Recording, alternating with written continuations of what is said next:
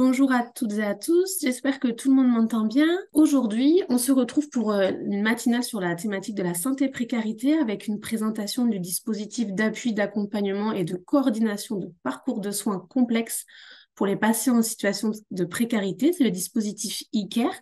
Et vous aurez également, avant la présentation en tant que telle du dispositif, une introduction à la thématique de la santé-précarité, de l'accès aux soins.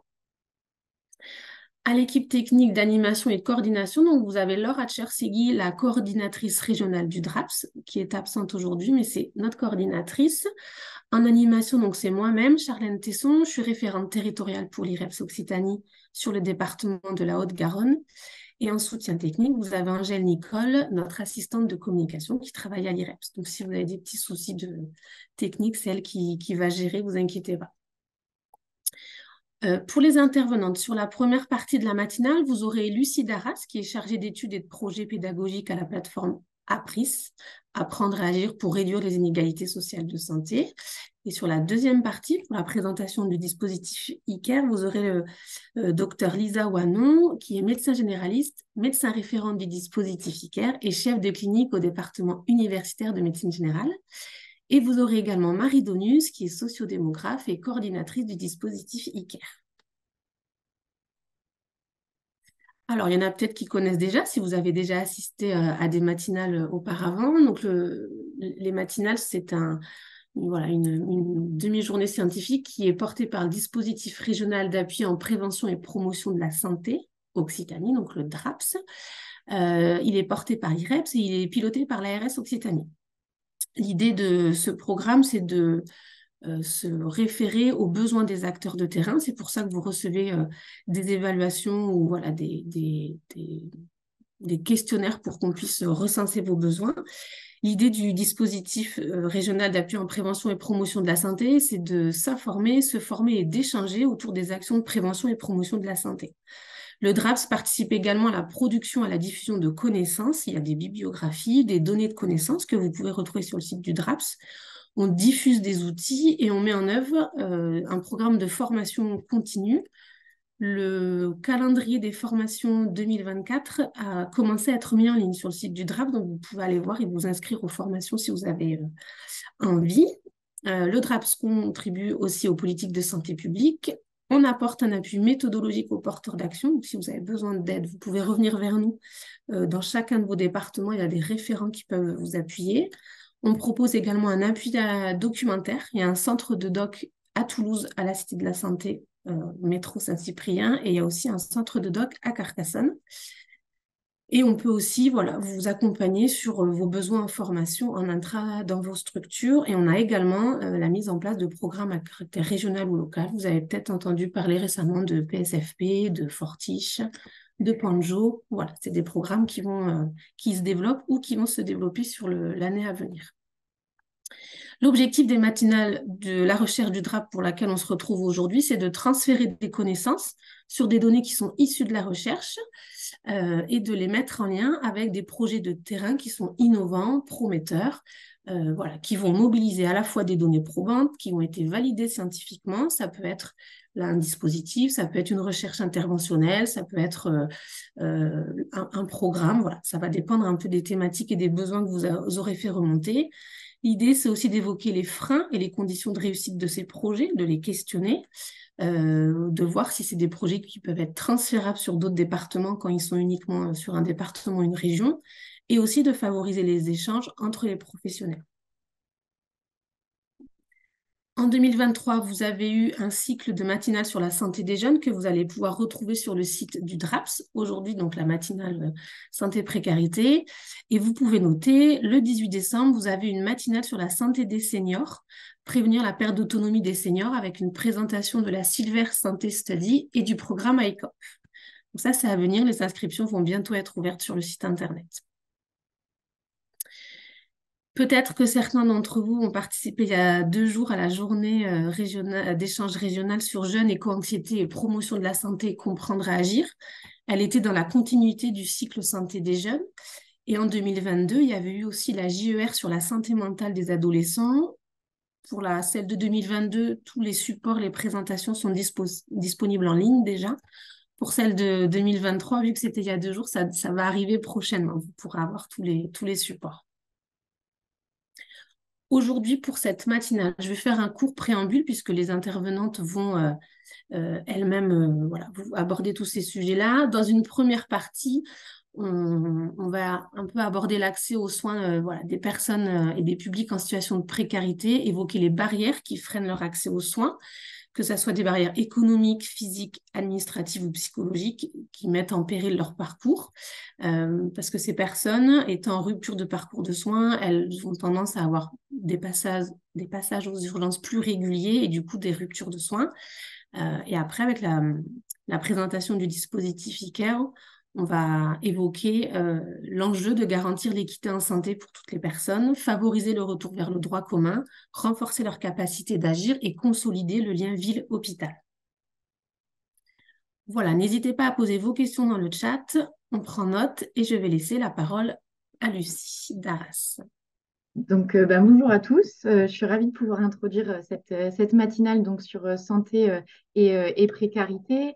L'objectif, c'est de vous présenter quelques chiffres et concepts, notamment donc, sur les inégalités d'accès aux soins pour les personnes en situation de précarité.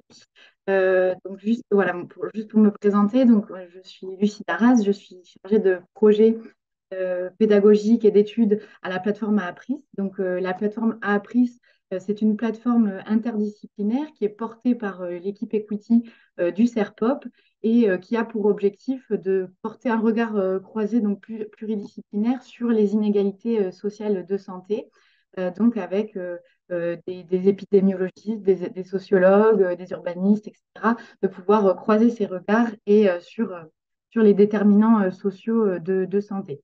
Et la plateforme Appris fait partie d'un réseau en recherche interventionnelle en santé des populations qui s'appelle SORIS. Voilà. Bon, je ne vous en dis pas plus aujourd'hui, mais voilà, c'est juste pour vous présenter un petit peu d'où je vous parle. Donc voici le plan pour mon intervention d'aujourd'hui. Donc déjà pour introduire, je vais vous présenter juste quelques notions pour poser quelques bases sur ce sujet. Donc déjà, la précarité, qu'est-ce que la précarité? De qui parle-t-on quand on parle de personnes en situation de précarité? C'est une notion qui est assez complexe et pour laquelle il y a plusieurs définitions, autant de définitions que de personnes qui l'abordent. Donc pas vraiment de consensus finalement sur des critères objectifs de précarité. Donc finalement, littéralement, précarité, donc parler de l'absence de sécurité, de stabilité. Donc, c'est des choses qui sont difficiles à objectiver. Et donc, la meilleure manière l'aborder, ça peut être de se baser finalement sur la perception des personnes sur leur situation.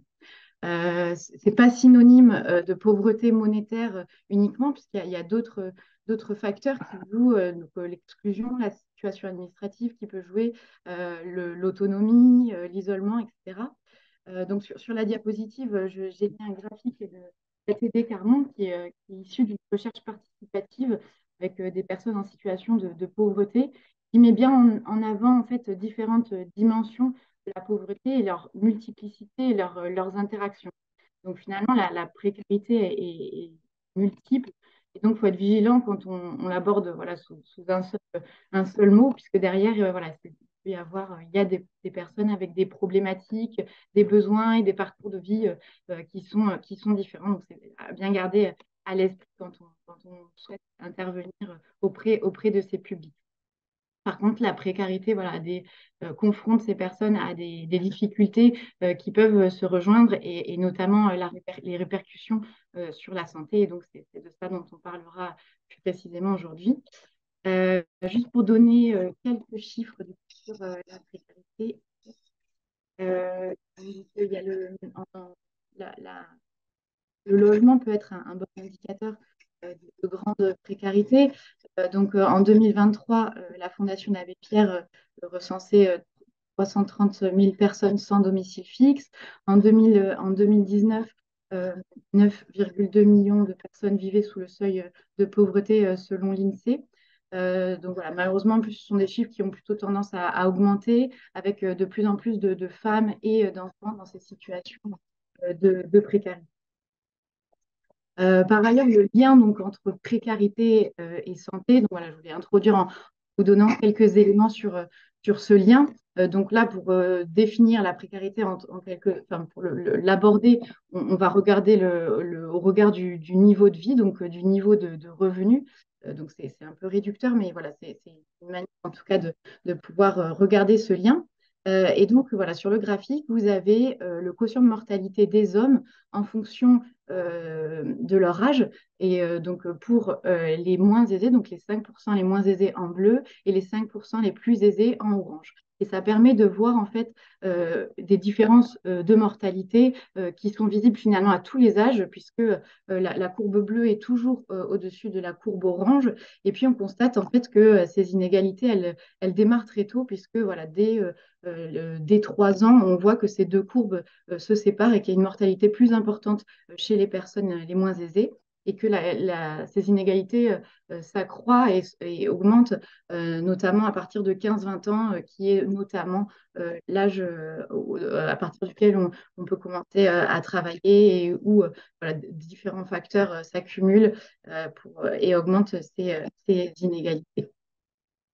Par ailleurs, si on regarde sur le risque de développer certaines pathologies, on constate à nouveau des inégalités si on regarde les différences entre les populations en fonction de leur niveau de revenu. Donc là, on va regarder le risque d'une personne qui est dans les 10% les moins aisés par rapport aux 10% les plus aisés. Et donc, voilà, on voit qu'il y a un risque de développer toutes ces pathologies qui est accru le plus notoire étant donc le diabète avec quasiment 3 fois plus de risques pour les personnes des 10% les moins aisés par rapport aux 10% les plus aisés. Donc voilà pour vous donner un petit peu les éléments sur ce lien entre santé et précarité. Donc maintenant, on va rentrer plus dans le cœur du sujet qui était donc l'accès aux soins pour les personnes en situation de précarité. Donc, on peut distinguer deux niveaux finalement d'inégalité d'accès aux soins. Le premier niveau étant donc les inégalités primaires d'accès aux soins, c'est-à-dire en fait l'entrée dans le système de soins, la rencontre entre la personne et le système de soins, et puis les inégalités d'accès secondaire aux soins, qui sont là pour une personne qui a démarré une prise en soins, un parcours de santé, les inégalités qui vont pouvoir et les barrières qui vont pouvoir être rencontrées en fait finalement dans le déroulé du parcours de soins. Donc, pour les inégalités d'accès primaire aux soins, finalement, quelles sont les causes de cette difficulté d'accès aux soins? Il peut y avoir donc d'une part le non-recours ou le report de soins par le ou la patiente lié soit à un refus de soins, soit à un renoncement. Puis il peut y avoir également donc du refus de soins par les professionnels. Donc, si on rentre dans le non-recours aux soins, les facteurs du non-recours sont multiples et donc je vais évoquer certains d'entre eux rapidement. Donc, déjà, il y a les barrières économiques qui sont liées déjà soit au coût de la prestation, donc à une avance de frais qui ne va pas pouvoir être faite, à des dépassements d'honoraires qui ne peuvent pas être couverts, et puis également aux coûts qui peuvent être engendrés, c'est-à-dire le transport pour se rendre à une consultation, le fait de poser une journée pour pouvoir se rendre à une consultation, la garde d'enfants, etc.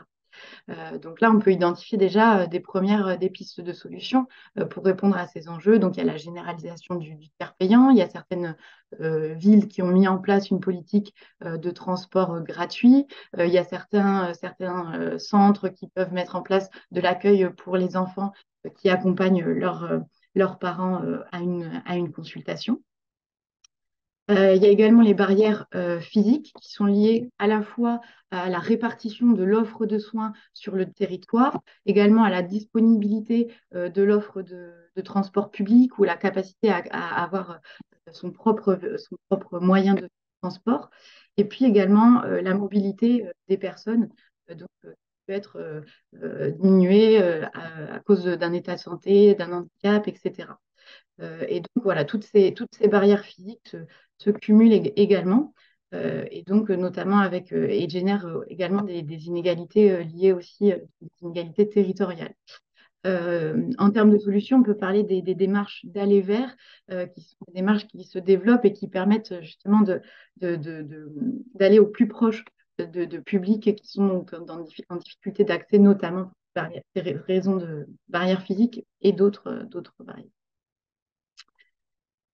Ensuite, il y a les barrières administratives, donc qui sont liées à la complexité du système de soins, à sa lisibilité, également aux barrières de la langue, et puis à l'illettrisme et notamment également à l'électronisme, puisque voilà, les démarches se dématérialisent de plus en plus, et il y a encore des personnes qui ont des difficultés soit à l'usage du numérique ou à l'accès au numérique, donc avoir un ordinateur, un accès Internet, etc. Donc voilà, ça génère des barrières pour ces personnes. Donc en termes de solutions, on peut parler par exemple sur les barrières de la langue, d'avoir recours à l'interprétariat. Et donc on en parlera notamment avec le dispositif ICARE, on rentrera plus sur ces solutions. Au-delà de ces facteurs, disons, pratiques, il y a d'autres facteurs qui rentrent en compte. Je ne vais pas rentrer trop dans le détail, mais voilà, j'en évoque quelques-uns. Donc, il peut y avoir donc la santé perçue et le rapport au corps et aux soins qui peut être lié donc, voilà, aux normes de la catégorie du groupe social auquel on appartient. La littératie en santé, qui est du coup une capacité à accéder, à comprendre et à utiliser les informations qui peut voilà, être différentes en fonction des personnes. Le capital social également, il y a une étude de l'adresse qui met en avant que les personnes ayant un capital familial un soutien familial moins important ont plus souvent tendance à renoncer aux soins. Et donc, c'est lié au fait que grâce avec voilà, du soutien familial, ça peut être des personnes qui nous encouragent à être soignés, qui nous informent ou qui peuvent aller à une consultation, etc. Donc, voilà quelques éléments aussi qui jouent en fait, dans le fait d'avoir recours ou pas aux soins. Pour donner un exemple du non-recours à un droit en fait en santé, on peut parler du coup de l'AME, donc de l'aide médicale d'État, qui est d'actualité en ce moment, mais c'est pas vraiment le sujet. Mais du coup, voilà, le non-recours à l'AME, on voit qu'il y a donc environ la moitié des personnes qui sont éligibles à l'AME qui n'en bénéficient pas. Et quand on creuse un petit peu les raisons de ce non-recours, on retrouve en fait toutes ces barrières, à la fois d'accès à l'information, de savoir que le dispositif existe, mais aussi de toute la complexité administrative, de la barrière de la langue, etc., pour pouvoir en bénéficier. Donc, je ne vais pas rentrer trop dans le détail des chiffres, vous pourrez regarder ensuite le support.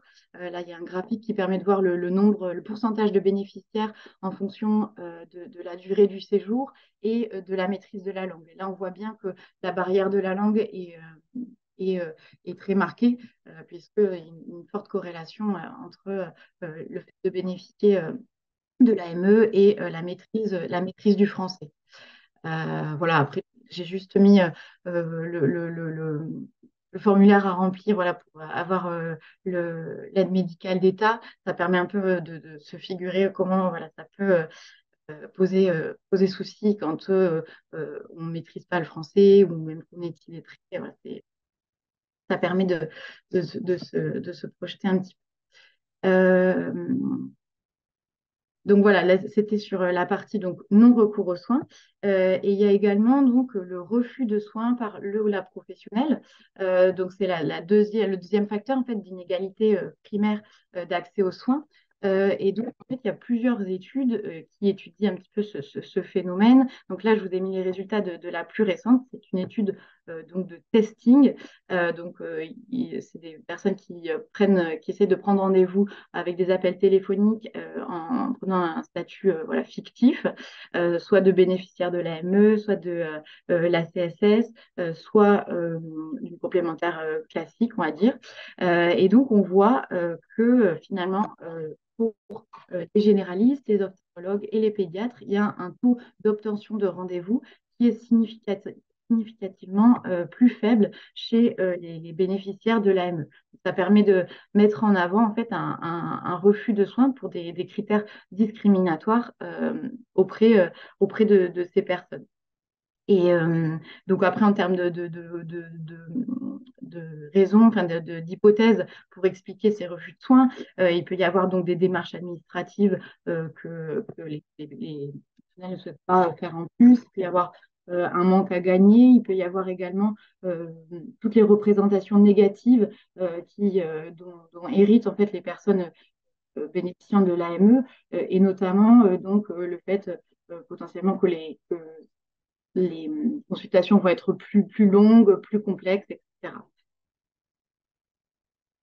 Donc, on comprend bien avec ces différentes barrières que l'accès aux soins puisse un petit peu prendre des allures de parcours du combattant pour pouvoir effectivement être soigné. Et donc, on va voir que finalement, ces barrières se poursuivent dans le parcours de soins et puis d'autres facteurs s'additionnent et génèrent à nouveau des inégalités dans les prises en charge. Euh, donc là, j'ai mis quelques exemples en fait de prise en charge différenciée d'analyses qui ont été faites sur la façon dont les consultations se déroulent, etc. Et donc, on voit que parfois, les patients de milieux populaires, par exemple, ont tendance à être moins bien informés lors des consultations. Il y a également une thèse en médecine qui a étudié, en région parisienne, les consultations de médecine générale pour des patients précaires. Et ils identifient qu'il y a moins de motifs de consultation qui sont traités, moins de procédures de soins, moins d'ordonnances, etc. Donc, il y a vraiment des différences de prise en charge qui peuvent parfois être observées. Ce n'est pas systématique, heureusement, mais on distingue voilà, si on regarde globalement, des prises en charge qui peuvent être différenciées. Un exemple précis, c'est celui de la prise en charge de l'AVC. Donc, il y a une étude de la DRES qui montre que, toute chose étant égale par ailleurs, une personne, en fonction de l'origine sociale d'une personne, la prise en charge dans une unité spécialisée neurovasculaire suite à un AVC diminue en fait avec l'origine sociale de la personne. Donc, comment on peut expliquer finalement ces inégalités, on va dire, secondaires notre système de soins? On peut parler de deux, je vais parler ici de deux phénomènes uniquement, mais le premier temps, donc la distance sociale, ou à contrario, donc la proximité sociale entre le soignant et le soigné. Et donc, cela peut jouer sur les projections que le soignant va faire sur le patient, donc, notamment sa capacité cognitive, son état de santé, sa gestion des émotions, sa capacité d'observance. Et cela peut influencer donc, la façon dont il va s'exprimer, dont il va prendre en charge le patient. Et donc impacter potentiellement également la relation de soins qui va être plus ou moins hiérarchisée, etc., lors de la consultation. Un autre concept est ce qui est appelé donc socioparésie de la santé publique par Jonathan Mann. Et donc, ça signifie donc la difficulté finalement du système de soins à prendre en compte les facteurs sociaux dans son approche et son fonctionnement. Pour donner quelques manifestations, on peut regarder par exemple le cloisonnement de l'offre de soins. Finalement, elle expose ceux qui savent le moins bien se servir du système à des ruptures de parcours, des discontinuités de parcours. Donc, ce cloisonnement engendre voilà, des inégalités. Si on regarde par exemple les études cliniques, qui vont permettre de développer les médicaments, les recommandations, généralement, elles se basent sur des populations très stéréotypées, et on peut se poser la question finalement de la représentativité et de l'adaptation à d'autres populations des résultats qui sont obtenus. Et donc, notamment, si on parle de personnes en situation de précarité, elles sont souvent implicitement en fait exclues de ces études, parce que, par exemple, certains critères pour pouvoir faire partie du panel sont d'avoir un logement fixe, de parler français. Donc, ça peut poser question également sur comment penser aussi notre système de soins. Et donc, pour terminer, du coup, sur cette présentation, j'essaie d'ouvrir un petit peu, puisqu'en fait, au-delà l'accès aux soins, finalement, si on regarde donc les déterminants sociaux de santé, donc les facteurs qui déterminent notre état de santé, finalement, on voit que les services de santé jouent effectivement un rôle, certes, mais qu'il y a beaucoup d'autres facteurs qui vont déterminer notre état de santé, donc notamment notre environnement matériel, donc qui est lié à notre logement, à nos expositions professionnelles, etc. Il peut y avoir également donc, toutes les expositions psychosociales avec l'exposition au stress, à la stigmatisation, à la discrimination qui peuvent jouer également. Et finalement, on voit que la précarité va avoir un impact certes sur l'accès aux soins, mais sur d'autres facteurs de manière plus générale de santé. Avec des expositions qui sont souvent plus importantes et un accès aux ressources pour pouvoir faire face à ces expositions ou voilà, pour pouvoir mettre en place un mode de vie qui est favorable à la santé, une disponibilité moins importante de ces ressources pour les personnes en situation de précarité. Donc finalement, la précarité impacte l'accès aux soins, mais aussi la santé de manière plus générale. Et donc voilà, on pourrait approfondir sur ces autres déterminants sociaux de santé, mais ce ne sera pas l'objet aujourd'hui. Ensuite, un dernier point voilà, dont je voulais vous parler, c'est le lien étroit finalement entre précarité et état de santé, puisque donc, la précarité, nous l'avons vu, impacte l'état de santé, mais un état de santé dégradé peut aussi déclencher, entretenir, voire aggraver la précarité. Donc, il y a finalement un phénomène de cercle vicieux qui peut se mettre en place.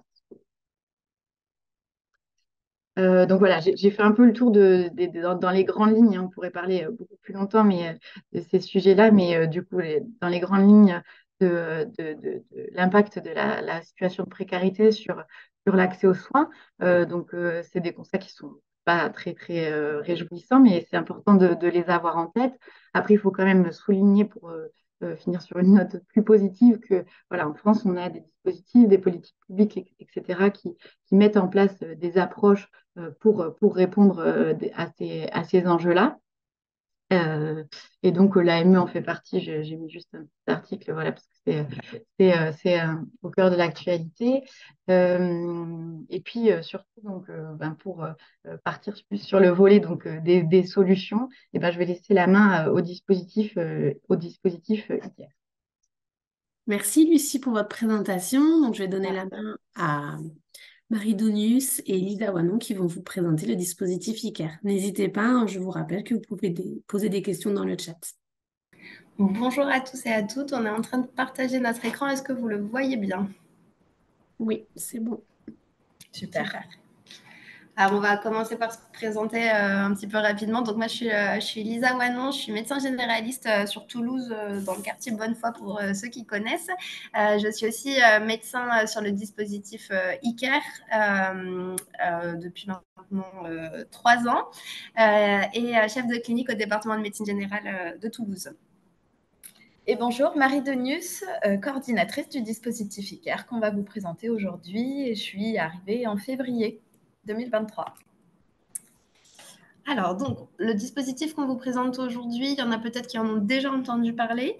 On va essayer de présenter les différentes caractéristiques du dispositif et de l'illustrer avec des situations un peu plus concrètes sur la fin. Et on a hâte d'avoir vos retours et vos questionnements ensuite.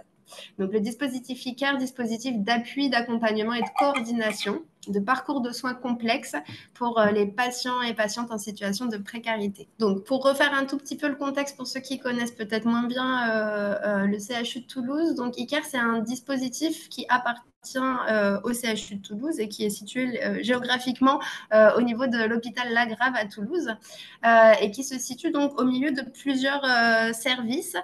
C'est le service complet, ça s'appelle le service de médecine sociale et santé sexuelle. Donc, dans ce service, on a une une unité de santé sexuelle, le CEGID, et il y a tout ce qui est rattaché plutôt à la médecine sociale, donc la PAS, permanence d'accès aux soins de santé, qui a lieu aussi à La Grave, et en fait qui est à côté du CEGID. L'Aller Vert, donc, qui est porté par l'équipe mobile sociale et de santé, que vous connaissez peut-être, donc, qui sont des binômes éducateurs ou en tout cas travailleurs sociaux et infirmiers qui font des maraudes et qui accompagnent des patients en situation de grande précarité sur Toulouse. Ensuite, il y a aussi dans le service un hébergement médicalisé, dont les lits halte soins de santé, la halte santé, qui comporte 16 lits halte soins de santé. Donc, je ne rentre pas dans le détail de chaque dispositif, mais si vous avez des questions après, n'hésitez pas à nous les poser, qui est également situé à La Grave. Et enfin, le petit dernier, donc le dispositif ICARE, qui est aussi situé dans les mêmes locaux. On vous a mis en gris le service post-urgence médicale qui n'est pas officiellement ni sur La Grave ni en médecine sociale, mais en fait avec qui on entretient des liens approfondis et on y reviendra sur la naissance du projet ICARE pour lesquels ils ont participé. Donc le post-urgence médicale, normalement c'est un service comme son nom l'indique pour accueillir des patients après un passage aux urgences. C'est situé à Purpan, mais en fait ils ont des lits dédiés entre guillemets précarité, donc on travaille, on a des liens étroits avec eux. Alors, articulation entre les différents acteurs. Donc, le dispositif ICARE, l'origine du dispositif ICARE, c'est justement d'aller faire le lien entre différents acteurs existants, avec d'un côté les professionnels de santé de ville, donc qu'ils soient libéraux ou salariés d'ailleurs, et quel que soit leur domaine, donc médecins, infirmiers, kinés, sages-femmes, etc. De l'autre côté, le CHU. Donc la médecine sociale du CHU, mais pas que, les urgences, les autres services hospitaliers, les travailleurs sociaux du CHU également. Et enfin, les acteurs en lien avec la précarité, donc l'associatif, institutionnel, le secteur privé hébergement, les cliniques. Enfin, on essaye de vraiment tout brasser au maximum les différents acteurs du territoire. Et ICARE va essayer de s'articuler entre ces trois grands pôles. Est-ce que tu reprends ? Donc, en matière de constat, de quoi est né ICARE ? Effectivement, c'est un projet qui est né en 2020, après, dans le cadre de la réponse d'un appel à projet qui s'appelait Parcours Pertinence, qui est né sur les bases en fait d'un certain nombre de constats, de freins en lien avec l'accès aux soins des publics en situation de précarité. Donc, Lucie Darras en a pas mal parlé en introduction, je ne vais pas forcément revenir et tous les détailler. Simplement vous dire que voilà, il y a un état des lieux qui a été dressé autour des freins en matière d'accès aux soins côté patient. Mais ce qui est à noter aussi, c'est que quand on parle de retour aux soins en médecine de ville, dans un objectif d'autonomisation des patients, il faut aussi qu'on aille regarder ce qui se passe du côté des professionnels de santé. Qu'est-ce que eux, finalement, disent et notent en matière de freins. Il faut savoir que voilà, on est sur un métier avec des temps de consultation qui sont extrêmement courts, en général autour de 15 minutes. Voilà, donc il faut, effectivement, ça va très vite et quand on reçoit une patientèle en situation de précarité, on se rend compte qu'effectivement, la situation ne va pas être évidente. Pourquoi ? Parce qu'on a un certain nombre de problématiques sociales qui vont être intriquées avec les problématiques de santé, que le professionnel ne va pas forcément savoir par où commencer. Donc voilà, donc ça va durer beaucoup plus de temps. La barrière linguistique, on en a parlé en introduction avec Lucie, ça va être un frein évident pour le professionnel de santé, même si aujourd'hui on a pas mal de petits outils qui peuvent dépanner et qui sont utilisés, comme le Google Traduction. On voit aussi concrètement les limites de ce type d'outils. Et quand on n'est pas dans de l'interprétariat en simultané, ça peut être compliqué, ça peut être... voilà, ça peut être confusant à la fois pour le professionnel comme pour le patient. Si on reçoit une patientèle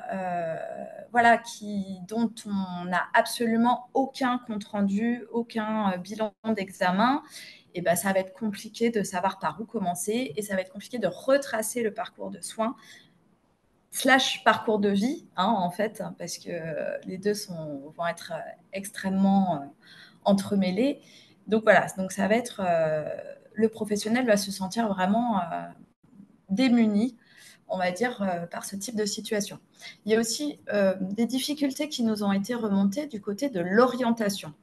Et souvent, ce que les professionnels disent, c'est « je ne connais pas suffisamment l'environnement, on va dire, l'écosystème santé, précarité toulousain pour orienter correctement les patients qui ont d'autres besoins que ceux de la santé. » Exemple, femmes victimes de violences, voilà, je ne vais pas forcément savoir vers qui l'orienter. Donc, il y avait un travail, en tout cas, ICARE a noté un gros travail de ce point de vue-là, d'améliorer la connaissance et la connaissance des acteurs et du maillage associatif. Et puis, ça ne vous échappera pas, on le sait, les études le disent, le montrent, etc.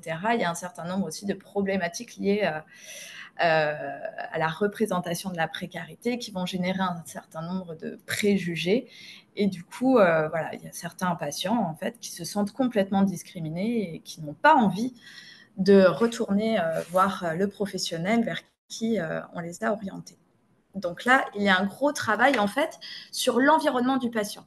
Comment on va améliorer les connaissances des professionnels de santé, comment on va améliorer leur posture sur le sujet de la précarité, comment on va améliorer aussi leur connaissance de l'environnement, de l'écosystème. L'objectif principal d'ICARE est la réduction des inégalités sociales de santé, la lutte contre l'exclusion et le non-recours aux soins. Bien sûr, l'amélioration de l'accès aux soins, le retour vers la médecine de ville, avec le retour vers un médecin traitant quand on a des pathologies chroniques, et en facilitant la mise en place de parcours de soins coordonnés et qui vont être adaptés aux besoins de la personne. On insiste très fortement là-dessus, parce qu'ICARE est vraiment un dispositif qui se met à l'écoute du patient et va travailler des objectifs que seul le patient décide. Hein, c'est-à-dire, ça va être une négociation avec lui, mais on ne va pas plus loin que là où le patient souhaite aller. Voilà, et c'est extrêmement important de respecter ça. Concrètement, les objectifs spécifiques, voilà, on va se positionner sur le repérage de ces personnes en situation de fragilité, de précarité. On va mettre en place des consultations avancées sur certains lieux repérés. Donc, sur certains foyers d'hébergement ou accueil de jour. On travaille par exemple avec l'association Espoir 31, où on va intervenir au petit salon. On travaille aussi avec la Casella du Secours catholique, où on va aller finalement vers les plus invisibilisés, à savoir les femmes, puisque c'est une population qui est sous-représentée dans la population qu'on accompagne. Donc, on va vraiment aller vers ce public qui est le plus invisibilisé, en supposant que c'est ce public qui a le plus de besoins. Ensuite, on tend à fluidifier et à coordonner le parcours de soins complexe, c'est-à-dire qu'il va faire intervenir un certain nombre d'acteurs dans le social, dans le médico-social et dans le sanitaire, à partir d'objectifs travaillés avec la personne, toujours. On va accompagner et outiller les professionnels de santé et du social pour, encore une fois, travailler sur l'environnement du patient, améliorer cet environnement pour qu'il y ait un retour aux soins qui soit facilité. Et puis, un dernier objectif spécifique, c'est bien sûr informer. Alors déjà, se présenter, nous, en tant qu'ICARE, se faire connaître, informer un maximum de travailleurs sociaux et de professionnels de santé, s'évaluer, bien entendu, diffuser les résultats de notre évaluation et capitaliser sur l'expérimentation qui aujourd'hui a 3 ans et demi. Et on arrive à une fin de CPOM, de contrat pluriannuel d'objectifs et de moyens, au 31 décembre 2024. Donc voilà, il nous reste 1 an pour travailler sur l'évaluation et on en parlera un tout petit peu en dernière instance.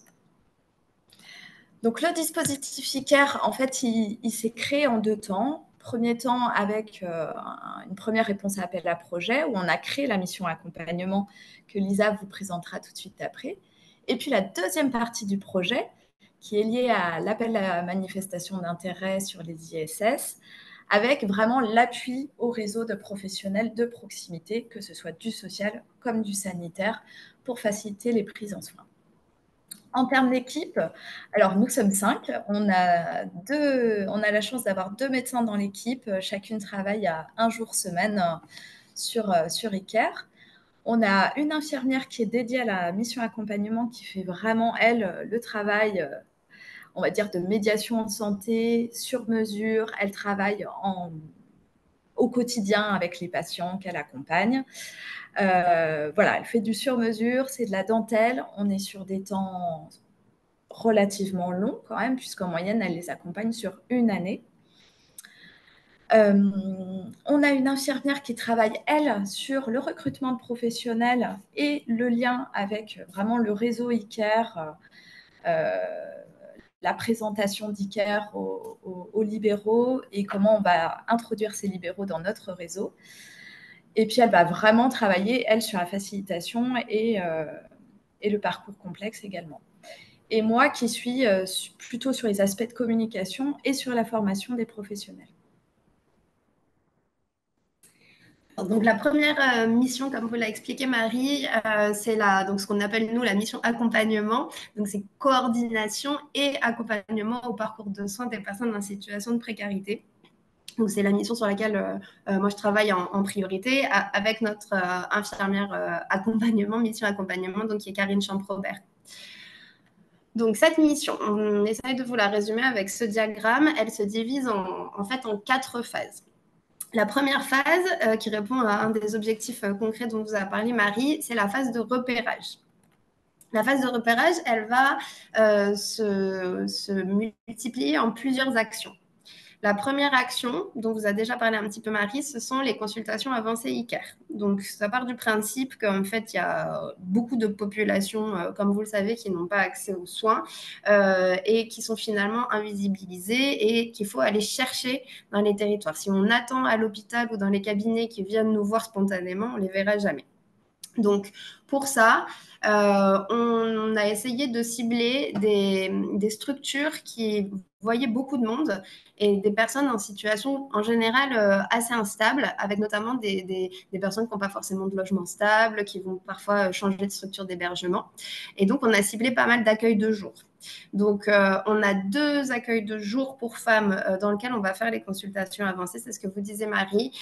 Donc, avec l'association Espoir, nous allons maintenant au petit salon. Avant, on allait aussi dans le JAL, qui était un accueil, une structure d'hébergement d'urgence, nuit à nuit, qui maintenant a changé un peu de structure, mais ça s'est terminé il n'y a pas si longtemps que ça. Ensuite, on va dans la Casella, qui est donc pareil, un accueil de jour pour femmes porté par Caritas. Alors, Karine Champrobert, du coup, notre infirmière accompagnement, elle va aussi à la boutique Solidarité, où là, pour le coup, c'est mixte, il n'y a pas femmes ou hommes, il y a une majorité d'hommes. Et c'est pareil, c'est un accueil de jour. Donc ça, c'est les structures qu'on a vraiment ciblées principalement. Après, donc auprès d'eux, on fait des permanences de demi-journée où en général les travailleurs sociaux ou les bénévoles qui travaillent dans ces structures essayent d'anticiper notre venue en parlant de notre visite aux différentes femmes ou hommes qui viennent les jours précédents et essayent d'établir une liste de personnes qui vont mettre en priorité pour nous voir. Le but de ces consultations, c'est vraiment pas de les soigner. Moi, je prends pas la place de leur médecin traitant s'ils en ont, ou de la PASS, ou quoi que ce soit. Le but, c'est vraiment de les orienter au mieux, de faire un état des lieux de leur situation et de leur expliquer, ben voilà ce qui existe sur Toulouse, voilà ce qui vous conviendrait le mieux, et voilà ce qui va se passer aussi dans le futur. Ça, c'est quelque chose que finalement, peu de gens ont le temps de faire. Donc, les personnes qu'on voit, parfois, ça fait des mois qu'ils sont sur le territoire, mais en fait, elles arrivent en disant, mais moi, je comprends pas, qu'est-ce qu'il faut que je fasse. Là, voilà, j'ai fait une demande d'AME, mais qu'est-ce qui va se passer? Et en fait, on prend le temps de dire, ben voilà, vous allez avoir l'AME. En attendant, s'il y a quelque chose d'urgent, ben peut-être que vous allez avoir besoin d'aller à la PASS parce que vous n'avez pas encore votre carte d'AME validée. Mais par contre, s'il n'y a rien d'urgent, on peut attendre d'avoir l'aide médicale d'État. et d'aller consulter un médecin généraliste en ville. Voilà comment faire pour prendre rendez-vous avec un médecin généraliste. Voilà comment ça fonctionne en France. C'est bien d'avoir un médecin traitant qui est notre référent, qui pourra ensuite vous orienter pour aller voir le gynécologue s'il y a besoin, pour éventuellement commencer les traitements aussi, faire des examens complémentaires. Et vous aurez accès à ce moment-là aux pharmacies de ville, aux laboratoires. Enfin, c'est des choses qui peut-être à vous, vous paraissent évidentes, mais en fait qui est tout un monde à découvrir, à explorer et qui est, à mon avis, une des barrières principales quand on arrive en France. Même parfois après plusieurs mois et plusieurs années en France.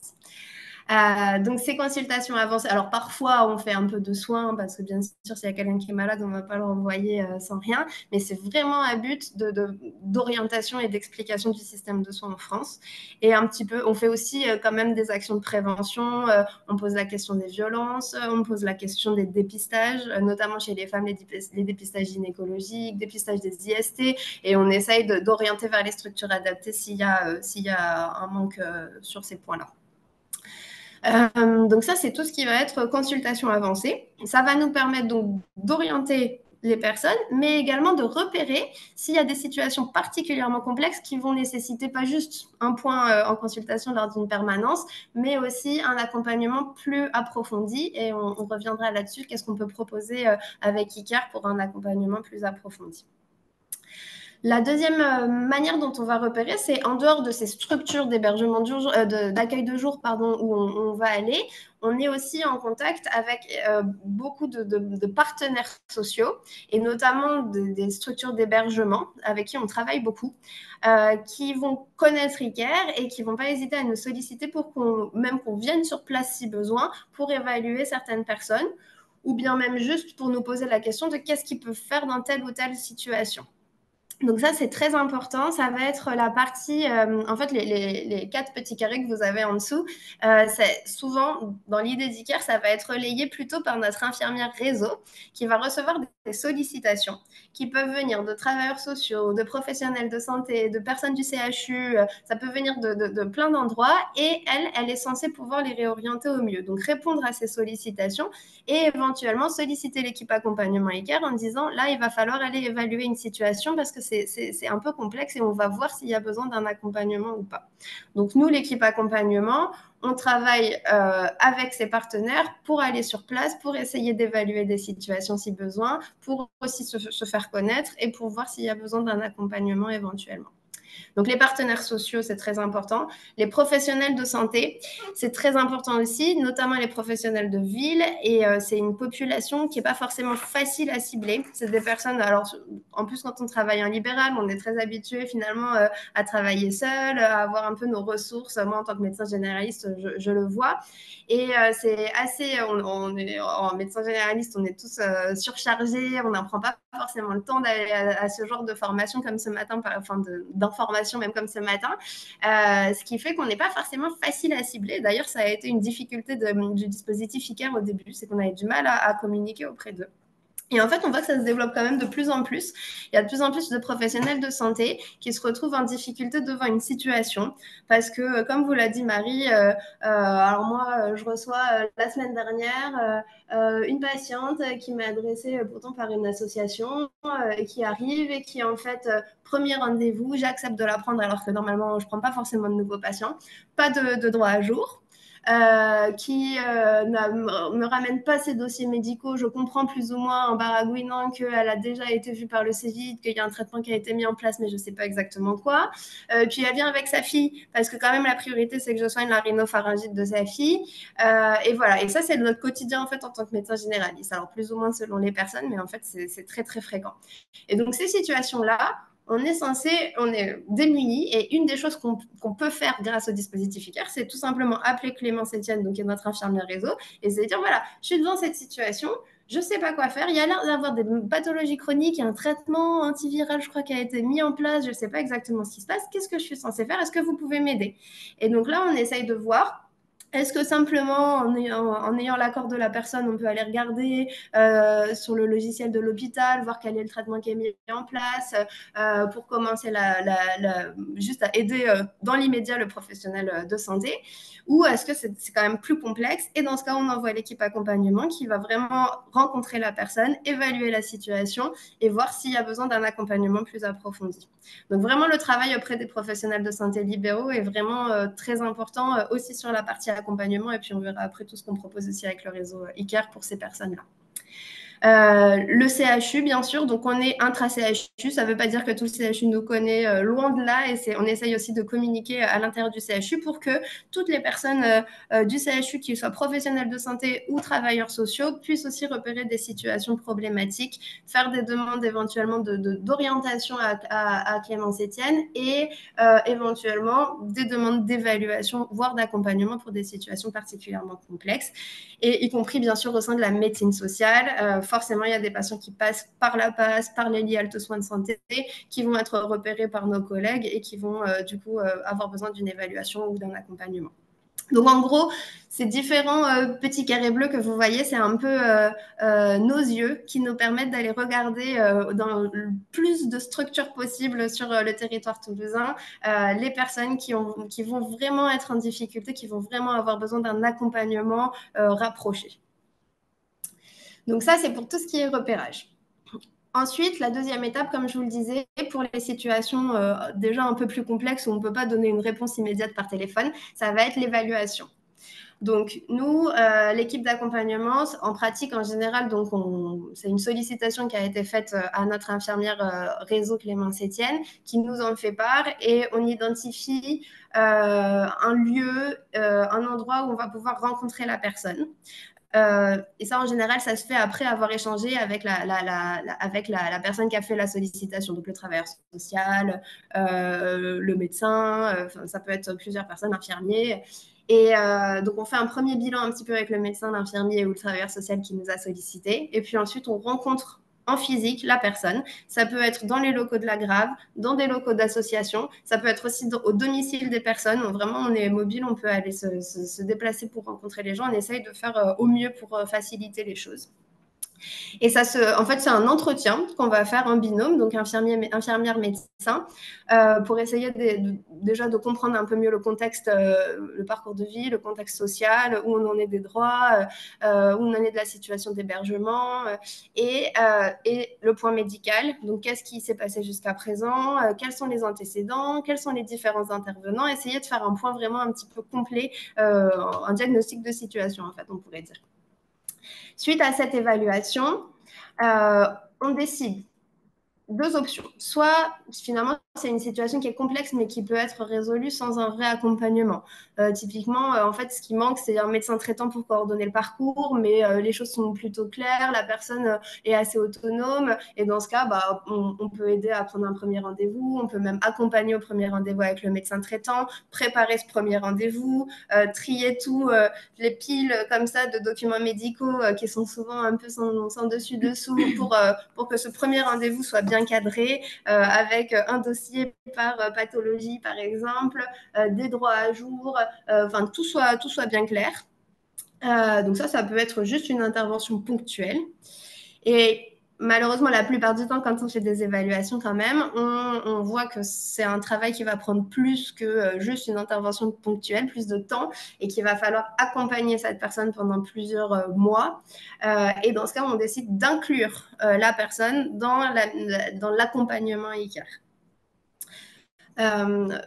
Si par contre, cette personne n'est pas inclue, on propose plusieurs choses, soit, comme je vous dis, une action ponctuelle en faisant appel à des partenaires adaptés. Donc, ça peut être juste, comme je vous disais, l'orientation vers un médecin traitant. Ça peut être aussi, là, la situation, ça ne relève pas d'ICARE, mais plutôt des lits d'accueil médicalisés. Donc, on va aider à remplir le dossier pour les lits d'accueil médicalisés, pour les ACT.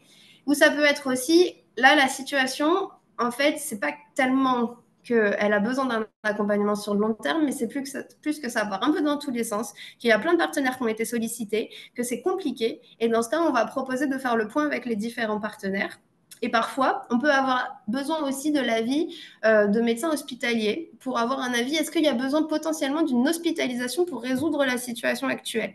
Et dans ce cas, on fait souvent appel aux médecins de post-urgence médicale pour voir est-ce qu'il y a besoin d'une hospitalisation? Est-ce qu'on programme une hospitalisation de jour, une hospitalisation traditionnelle pour faire un gros bilan et pour essayer de débloquer la situation? Voilà. Et puis, bien sûr, on a mis une flèche entre tout ça parce que les choses, on peut aller de l'un à l'autre, on peut inclure la personne, mais quand même demander un avis au PUM, c'est pas interdit, bien sûr. Et donc, enfin, la dernière étape, c'est l'accompagnement e-care. Et on a une diapo qui rentre un peu plus dans les détails juste après. Donc, repérer, on vous a expliqué sur les consultations avancées. Là, juste pour vous donner un petit peu de chiffres, globalement, 40% des personnes qu'on rencontre en situation avancée en consultation avancée présentent une pathologie chronique et 65% ont un traitement en cours. Donc, selon les lieux d'hébergement, on a des populations les lieux de consultation avancée, on a des populations très différentes. Il y a des structures dans lesquelles on a beaucoup de personnes qui ont déjà un médecin traitant, en fait. Même si ce n'est pas la totalité, et d'autres structures où vraiment la plupart sont des personnes primo-arrivantes qui n'ont même pas encore commencé des démarches administratives. Donc dans ces cas-là, s'ils ont besoin d'un traitement au long cours pour une pathologie chronique, tant qu'il n'y a pas de demande qui a été faite pour des droits, bien sûr, on va les réorienter vers la PAS pour commencer le suivi. Ensuite, il y a 13% qui ont été hospitalisés il y a moins d'un an. Hospitalisation, ça peut être y compris hospitalisation psychiatrique, on en a eu quelques-unes. 4% qui ont des conduites addictives, dont 50% ont un suivi. Je pense que c'est un chiffre qui est nettement sous-estimé. On commence à essayer de le demander de manière plus systématique, mais c'est vrai qu'au début, les consultations ne le demandaient pas de manière systématique.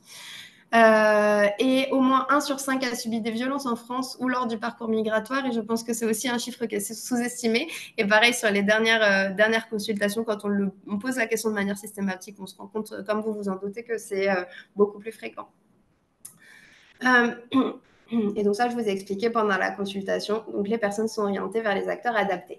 Les pathologies principales, comme on voit beaucoup de femmes, on a beaucoup de pathologies gynéco, mais aussi beaucoup de pathologies gastro-entérologiques, de traumato. On a beaucoup ce qui pose problème, notamment dans les structures d'accueil de jour, où on voit beaucoup de femmes qui n'ont pas de logement stable, parce que forcément, quand on est logé 15 jours quelque part, qu'on doit sortir, qu'on se retrouve à la rue, mais qu'on n'arrive pas à marcher parce qu'on s'est cassé la jambe et que ça n'a jamais été soigné. Là, on a un vrai rôle de repérage et d'orientation pour essayer peut-être d'aider au mieux pour trouver un hébergement un peu plus stable ou une admission à l'IALT soins de santé, par exemple, s'il y a besoin. Voilà. Donc, inclure et accompagner. Donc, c'est là qu'on revient un peu plus dans le détail. Donc, les personnes qu'on a évaluées et qu'on décide d'inclure dans la partie accompagnement, on va agir de plusieurs manières. Donc, déjà, je vous l'ai dit, on fait l'évaluation, ce qui permet déjà de faire un tri et une synthèse du dossier social et médical, surtout médical. Donc, on va les aider à rechercher un médecin traitant quand ils n'en ont pas. Il y en a qui ont un médecin traitant et qui ont quand même besoin d'un accompagnement approfondi. Mettre en place de l'interprétariat téléphonique si besoin. Donc, les personnes qui ne parlent pas français, pas anglais éventuellement, on va aider le médecin traitant ou les autres intervenants à pouvoir utiliser l'interprétariat téléphonique ou en présentiel d'ailleurs. Et pareil, dans la recherche du médecin traitant, on va essayer de trouver quelqu'un qui n'est pas très loin du logement de la personne s'il a un logement et qui parle la langue. Si par exemple c'est quelqu'un d'anglophone, on va essayer de trouver un médecin traitant qui parle anglais, si possible. Ensuite, surtout Karine Champrobert, l'infirmière accompagnement, va aider dans la prise de rendez-vous et le suivi des rendez-vous médicaux. Donc, typiquement, on sait que c'est un gros problème, les rendez-vous manqués dans ces populations. Donc, on essaye de rappeler les rendez-vous plusieurs fois, voire même parfois, quand c'est des premiers rendez-vous, d'accompagner physiquement la personne pour qu'elle puisse repérer les lieux et repérer le médecin aussi, que ça se passe le mieux possible. Les demandes en LHSS, en ACT, un lit d'accueil médicalisé, donc ça, on peut être amené à aider à remplir les demandes. Mise en lien des intervenants et synthèse pluriprofessionnelle, c'est ce que je vous expliquais dans les dossiers où il y a beaucoup d'intervenants. Parfois, on essaye soit de les regrouper, soit juste de les mettre en lien pour permettre une meilleure communication. Et notamment aussi au niveau médical. Tout simplement, un truc tout simple qu'on fait mais qui change pas mal de choses, c'est comme on a accès au logiciel de l'hôpital, être sûr que le médecin traitant qui est référencé, c'est le bon médecin traitant et que le numéro de téléphone, c'est le bon numéro de téléphone, et ben ça change déjà pas mal de choses parce que ça fait que le médecin traitant reçoit les comptes rendus et que la personne est bien contactée au bon numéro de téléphone également. Travail avec le référent social, ça c'est vraiment très important. C'est très compliqué les personnes qui n'ont pas de référent social. Quand on a une sollicitation de quelqu'un qui n'a pas de référent social, c'est beaucoup plus compliqué. Donc une des premières choses qu'on fait, c'est trouver un référent social pour travailler en binôme. L'éducation thérapeutique du patient. Alors, on n'est pas formé particulièrement à l'éducation thérapeutique, mais comme tout professionnel de santé, on a eu quand même une formation initiale sur la question et on essaye au mieux d'accompagner les patients quand ils ont des pathologies chroniques dans cette éducation et aussi de les orienter éventuellement vers des structures adaptées, notamment si le cabinet de médecine générale dans lequel ils vont ou un infirmier ou une infirmière azalée, on peut les orienter vers eux. Si il y a un souci de diabète, on peut aussi les orienter vers des structures d'éducation thérapeutique hospitalière éventuellement. On essaye au mieux de travailler cette question-là. Les dossiers numériques, donc ça on y reviendra juste après, notamment Spico pour ceux qui connaissent, et Orbis c'est le logiciel de l'hôpital, et saisie des données au fil de l'eau. Donc on essaye au mieux de suivre le patient dans le temps, nous de noter les différents rendez-vous et les différents points et d'accompagner la personne. Et comme vous disiez Marie, cet accompagnement il prend en moyenne 1 an, donc c'est quand même pas rapide. Ça prend souvent du temps. L'objectif de cet accompagnement, c'est pas de les accompagner jusqu'à la fin de leur vie ou de leur séjour en France. L'objectif, c'est vraiment d'autonomiser ces personnes. Ça veut dire que c'est des personnes qu'on considère comme étant potentiellement autonomisables, de leur expliquer comment ça se passe en France, voilà votre médecin traitant, voilà les différents intervenants et voilà comment vous allez pouvoir, vous, demain, si vous avez besoin, aller prendre un rendez-vous, vous rendre au rendez-vous à l'heure, aller voir le cardiologue parce que vous y êtes déjà allé une fois, comprendre un peu mieux comment ça marche et s'autonomiser. Donc au total, on a eu 57 inclusions pour la partie accompagnement depuis 2020, donc c'est à peu près 67% des patients évalués. La file active, donc en permanence actuellement, c'est de 20 patients ou patientes. Un an, on vous l'a déjà dit, et coordination du parcours de soins. Donc en moyenne, par patient, ça représente à peu près 6 rencontres en présentiel pour faire le point, 4 accompagnements physiques. Donc c'est une moyenne, hein, c'est vraiment, il y a des extrêmes selon les types de situations. 30 échanges avec les professionnels du cercle de soins et 6 prises de rendez-vous médicaux. Les profils des patients accompagnés, il y a un petit quote de présentation. Mais globalement, je vais aller un peu vite parce qu'on vous donne beaucoup de détails, mais l'origine géographique majoritaire, c'est Europe hors Union européenne. On a quand même 17% de personnes qui viennent de France, donc on n'a pas que des personnes issues de la migration. Place stable. Et 17% de personnes d'Afrique subsaharienne, 10% du Maghreb. Au niveau de l'habitat, donc, on est sur 50% de personnes qui sont hébergées plutôt sur des CHRS, places stables. C'est en jaune, là. C'est en jaune, la grosse partie en jaune, la moitié. Et un tiers des patients accompagnés qui sont plutôt, eux, dans une situation de rue avec de l'incertitude, des alternances rue, squat, bidonville, hôtel, etc. Enfin, voilà, vraiment des situations préoccupantes et qui posent aussi la question de l'accompagnement social. Bon, on va toujours, nous, travailler avec le travailleur social, mais c'est vrai que quand on a une personne qui est vraiment en situation de rue, voilà, ça peut être vraiment compliqué. On sent que le manque du déterminant de santé, hébergement / logement est important. Et donc, on a à peu près 70% d'hommes qui ont en moyenne 50 ans, mais pareil, c'est très, très variable. Les pathologies, pas mal de pathologies neurologiques, gastro-entérologiques et métaboliques, donc diabète notamment. Et on a eu surtout sur la dernière année, je dirais, beaucoup de pathologies cancérologiques aussi, donc des situations très complexes notamment beaucoup de patients géorgiens pour les citer, parce qu'il y a beaucoup de gens maintenant de Géorgie qui viennent pour des problèmes de cancer qu'il faut accompagner dans des parcours de soins très complexes. Ça, pareil, c'est des choses qui sont probablement un peu approximatives, mais on a un patient sur 3 qui a une pathologie psychiatrique, on va dire, accompagnée, enfin, qui nécessite un accompagnement approfondi ou traitement. On ne parle pas voilà, de syndrome dépressif mineur ou syndrome de stress post-traumatique qui finalement est quasiment omniprésent dans les situations qu'on suit. Et addiction associée 28%, sans compter le tabac. Ça, c'est le logiciel Orbis, qui est le logiciel qu'on utilise à l'hôpital, dans lequel on met un petit onglet comme quoi la personne est suivie d'un parcours de soins ICARE pour que les autres intervenants du CHU soient au courant que ICARE est joignable pour cette situation. On vous a mis ces diapos pour vous dire qu'en fait, quand on travaille sur un parcours de soins, on ne peut pas se passer d'outils. On ne peut pas se passer d'outils partagés. Et donc, Orbis, c'est l'outil partagé, c'est le dossier médical partagé en interne au CHU, qui nous aide beaucoup quand on veut retracer justement cette histoire du parcours de soins pour préparer la première consultation avec le médecin traitant ou le futur médecin traitant. Et on utilise aussi Spico, dont vous avez certainement entendu parler, puisque c'est l'outil de partage qui est plébiscité au niveau régional, qui est beaucoup porté par l'ARS. Spico, ça veut dire système de partage d'informations et de coordination en Occitanie. Ce n'est pas un dossier médical, je le rappelle. C'est vraiment un outil de communication et de partage d'informations entre les professionnels du sanitaire, du médico-social et du social. Et ça, c'est extrêmement important pour nous qui sommes un dispositif, on va dire, transdisciplinaire et transprofessionnel. C'est vraiment un plus. Ça nous permet de décloisonner, de co-construire les parcours de soins avec les acteurs concernés, les référents, hein, d'être sur un système qui est sécurisé, et notamment sur Spico Discussion, qui est l'équivalent d'un WhatsApp entre professionnels. On est sur des discussions sécurisées. Donc ça, c'est quand même très rassurant. Même pour le partage d'informations, on va dire sensibles, même pour le partage de photographies.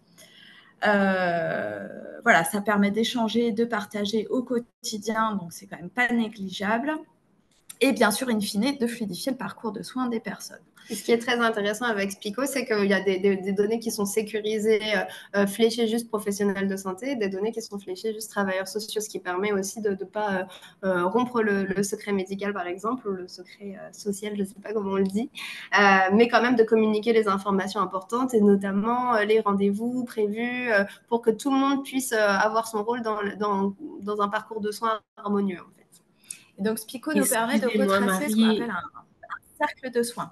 Pardon, oui, Marie-Elisa, excusez-moi. C'est juste pour vous prévenir qu'on est presque à la fin du temps de votre présentation. D'accord. Alors, on va avancer. Voilà, c'est juste pour vous prévenir. On va avancer sur la seconde mission qui est vraiment l'appui aux professionnels. ICARE fonctionne comme une plateforme unique, un peu à l'instar des DAC, des dispositifs d'appui à la coordination. Merci, j'ai toujours un doute. Avec un numéro unique, une adresse mail unique, que tout professionnel, dont tout professionnel peut se saisir dès l'instant qu'il vit, lui, une situation qui est vécue comme complexe. Donc, on part de cette définition-là. Hein. C'est vraiment le travailleur social qui est face à une personne avec multiples problématiques de santé qui se sent démunie. Il n'y a pas de bonnes, de mauvaises questions. On répond vraiment à toutes les sollicitations, vraiment comme le DAC. On fonctionne comme un peu comme un DAC précarité. Et d'ailleurs, on partage énormément de situations via Spico avec le DAC. Donc voilà. En termes de réponses coordonnées, parce qu'on est toujours, voilà, on en discute toujours en équipe avant de donner une réponse. Simplement vous dire qu'on est sur un délai de réponse qui varie entre 24 heures et 3 jours. Donc voilà, on a cette spécificité-là aussi d'être une petite équipe, mais d'être très réactif. Et ça, c'est vraiment une plus-value qui n'est pas négligeable. En matière de réponse, donc on est beaucoup sur de la réassurance, sur de l'écoute active et de la réassurance auprès des professionnels accompagnants. Beaucoup sur de l'orientation, bien sûr, sur la mise en lien des acteurs. Ah, vous devriez vous rapprocher d'un tel, sur telle ou telle problématique. Bien sûr, sur la recherche de médecins traitants, on ne va pas revenir dessus, ou de spécialistes. La petite spécificité qu'on ne vous a pas encore présentée, c'est que quand on rentre en contact avec des professionnels de santé, on va essayer, nous, en parallèle, de créer un réseau e-care, avec des professionnels de santé en ville qui acceptent de recevoir des nouveaux patients en situation de précarité qu'on accompagne. Et donc, on fonctionne un peu sur un système gagnant-gagnant, c'est-à-dire que e-care va mettre à disposition du professionnel tout son savoir-faire, l'interprétariat, la préparation à la première consultation, la coordination du parcours de soins. Et en contrepartie, les professionnels de santé acceptent à minima de prendre au moins un nouveau patient par mois. Voilà. Et c'est vraiment un système qui fonctionne vraiment bien et on est encore une fois sur du gagnant-gagnant. Il faut savoir qu'on utilise aussi et qu'on peut mettre en place ce qu'on appelle des intervisions ou des réunions de concertation pluriprofessionnelle. Quand on a un cas vraiment complexe, on va solliciter vraiment tout le cercle de soins autour du patient pour se réunir et prendre une décision collective. À savoir que le patient est au courant, bien sûr, hein, le patient est toujours informé de ce qui se passe et qu'il est informé aussi, in fine, de la décision qui sera prise sur son cas. Et puis, bien sûr, l'évaluation par le dispositif e-care, comme vous le disiez, Lisa, pour que potentiellement le patient intègre la mission accompagnement. Je vais passer rapidement sur la typologie, mais vous aurez le PowerPoint sans problème. Voilà. Donc, en clair, e-care, c'est aussi un annuaire sécurisé de 150 professionnels de santé à Toulouse et agglomération toulousaine. Un accès simple et gratuit à l'interprétariat téléphonique, mais aussi physique dans certaines situations. Et on travaille même sur de l'interprétariat en langue des signes, aussi avec des intermédiateurs quand les personnes sourdes n'ont pas été scolarisées en France, etc. Enfin, vraiment, voilà, on travaille sur tous les aspects. Des temps d'évaluation de situation en équipe pluridisciplinaire, encore une fois, pour prendre les meilleures décisions pour la personne concernée. La mise en place de formations flash, et ça c'est extrêmement important pour changer et améliorer l'environnement du patient, c'est-à-dire qu'on va proposer gratuitement des formations sur un temps court allant de 1h30 à 2h sur des thématiques en lien avec la santé-précarité pour sensibiliser les professionnels. On n'a pas vocation à être une formation certifiante, mais en tout cas c'est une première approche, une première sensibilisation pour leur faire changer de regard. Et aujourd'hui, on fonctionne avec des replays pour que les professionnels puissent les regarder quand ils le souhaitent. On propose aussi des temps d'interconnaissance, encore une fois, pour mieux connaître l'écosystème associatif, pour mieux orienter les patients.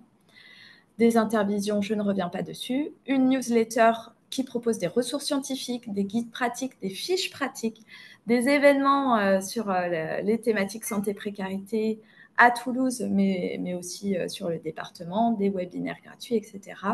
Et voilà, on a une mailing list qui est d'à peu près 1700 destinataires.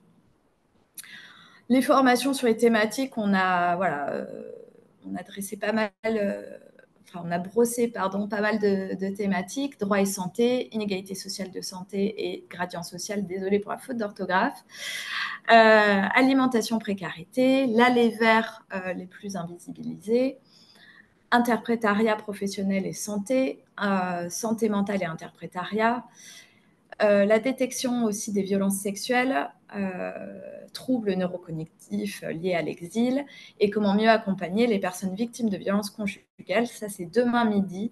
Il est encore tout à fait possible de s'inscrire à ce webinaire gratuit. Bon, je ne vais pas revenir sur les chiffres. Peut-être un cas clinique. Est-ce qu'on a le temps? Vous nous dites si je peux faire très rapidement. À titre illustratif? Très rapidement, parce qu'il y a des questions. Alors, il y a plusieurs questions qui se posent, mais très rapidement pour que vous puissiez répondre aux questions des participants. Oui, je comprends tout à fait. Juste une situation d'une personne qu'on a accompagnée qui vous permettra de voir un petit peu tout le parcours. Typiquement, c'est une assistante sociale de MDS, Maison des Solidarités, qui a contacté Clémence, donc notre infirmière réseau, pour la solliciter sur une situation complexe d'une dame avec plusieurs pathologies et qui, donc la travailleuse sociale, ne savait pas forcément exactement les pathologies, forcément, et qui avait commencé des démarches pour avoir des droits, qui avait déjà eu un médecin traitant, mais qui n'avait plus de droits pendant un moment. Et puis, je reviendrai après sur toute la situation qu'on a évaluée. Et la patiente, en fait, était en détresse par rapport à sa santé et n'arrivait pas à être prise en charge de manière adaptée. Et donc, voilà, on reçoit une sollicitation. Donc, Clémence essaye de faire déjà une petite enquête par téléphone. Il y a plusieurs allers-retours qui se font avec l'assistante sociale de la MDS pour essayer d'avoir un peu plus d'éléments, en accord, bien sûr, avec la patiente qui a donné son consentement pour qu'on ait ces informations-là. Et puis, quand on commence à voir que la situation est vraiment un peu compliquée et que potentiellement, il y aura besoin d'un accompagnement, Clémence nous en parle. On en discute ensemble donc avec l'équipe accompagnement et on se dit, bon, on va aller essayer de l'évaluer. Donc, on convient d'un rendez-vous. La personne, en l'occurrence, est en situation d'obésité avec des problèmes aussi rhumatologiques, a du mal à se déplacer. Donc, on se dit, on va aller chez elle directement. Ce sera plus simple pour pouvoir l'évaluer. Donc, on part en binôme avec Karine Champrobert, donc l'infirmière accompagnement. Et on se rend chez elle. Donc cette dame, on recueille les différentes informations. C'est une dame de 43 ans qui est originaire du Ghana, qui a été bénéficiaire de la C2S, donc les demandes avaient été finalisées. Et elle avait le RSA. Elle vit en HLM avec ses 2 filles. Et comme je vous le disais, elle a des gros problèmes pour se déplacer avec une obésité et également des douleurs au niveau des membres inférieurs qui avaient fait suite à un accident qu'elle avait eu dans le passé. Ce qui fait que ces 2 filles qui sont des adolescentes géraient énormément de choses à la maison en fait, et qu'elle avait du mal à se prendre en charge elle-même sur le plan de sa santé et même à prendre en charge ses filles à certains moments. Donc la problématique, il y avait plusieurs problématiques, également des problématiques gynécologiques, je ne vais pas rentrer dans le détail, on n'a pas le temps pour ça, et aussi un lien difficile avec le médecin traitant, c'est-à-dire que cette dame avait eu un médecin traitant avec qui ça s'est très bien passé pendant plusieurs années, et puis à un moment, elle avait déménagé, et avec ses problématiques de déplacement, elle n'a pas pu continuer le suivi avec ce médecin traitant. Elle a eu un nouveau médecin traitant, et elle disait, déjà, il ne parle pas anglais, alors qu'elle ne parle pas français, elle est anglophone, et puis j'ai l'impression que quand même, quand je viens en salle d'attente, il a l'air embêté de me voir. Il préfère voir d'autres personnes avant moi. Il me fait attendre plus que les autres. J'ai l'impression qu'il ne me prend pas bien en charge. Moi, mes différentes problématiques, à part me donner du Doliprane et du Tramadol de temps en temps, il ne fait rien. Voilà, donc une vraie situation. Alors, nous, c'est difficile de dire est-ce que c'est de l'incompréhension ou est-ce que vraiment il y a eu des discriminations en fait, qui ont été faites. Mais en tout cas, on voit que là, le lien de confiance, il est coupé avec le médecin traitant. Donc, on fait le lien sur ces différentes pathologies.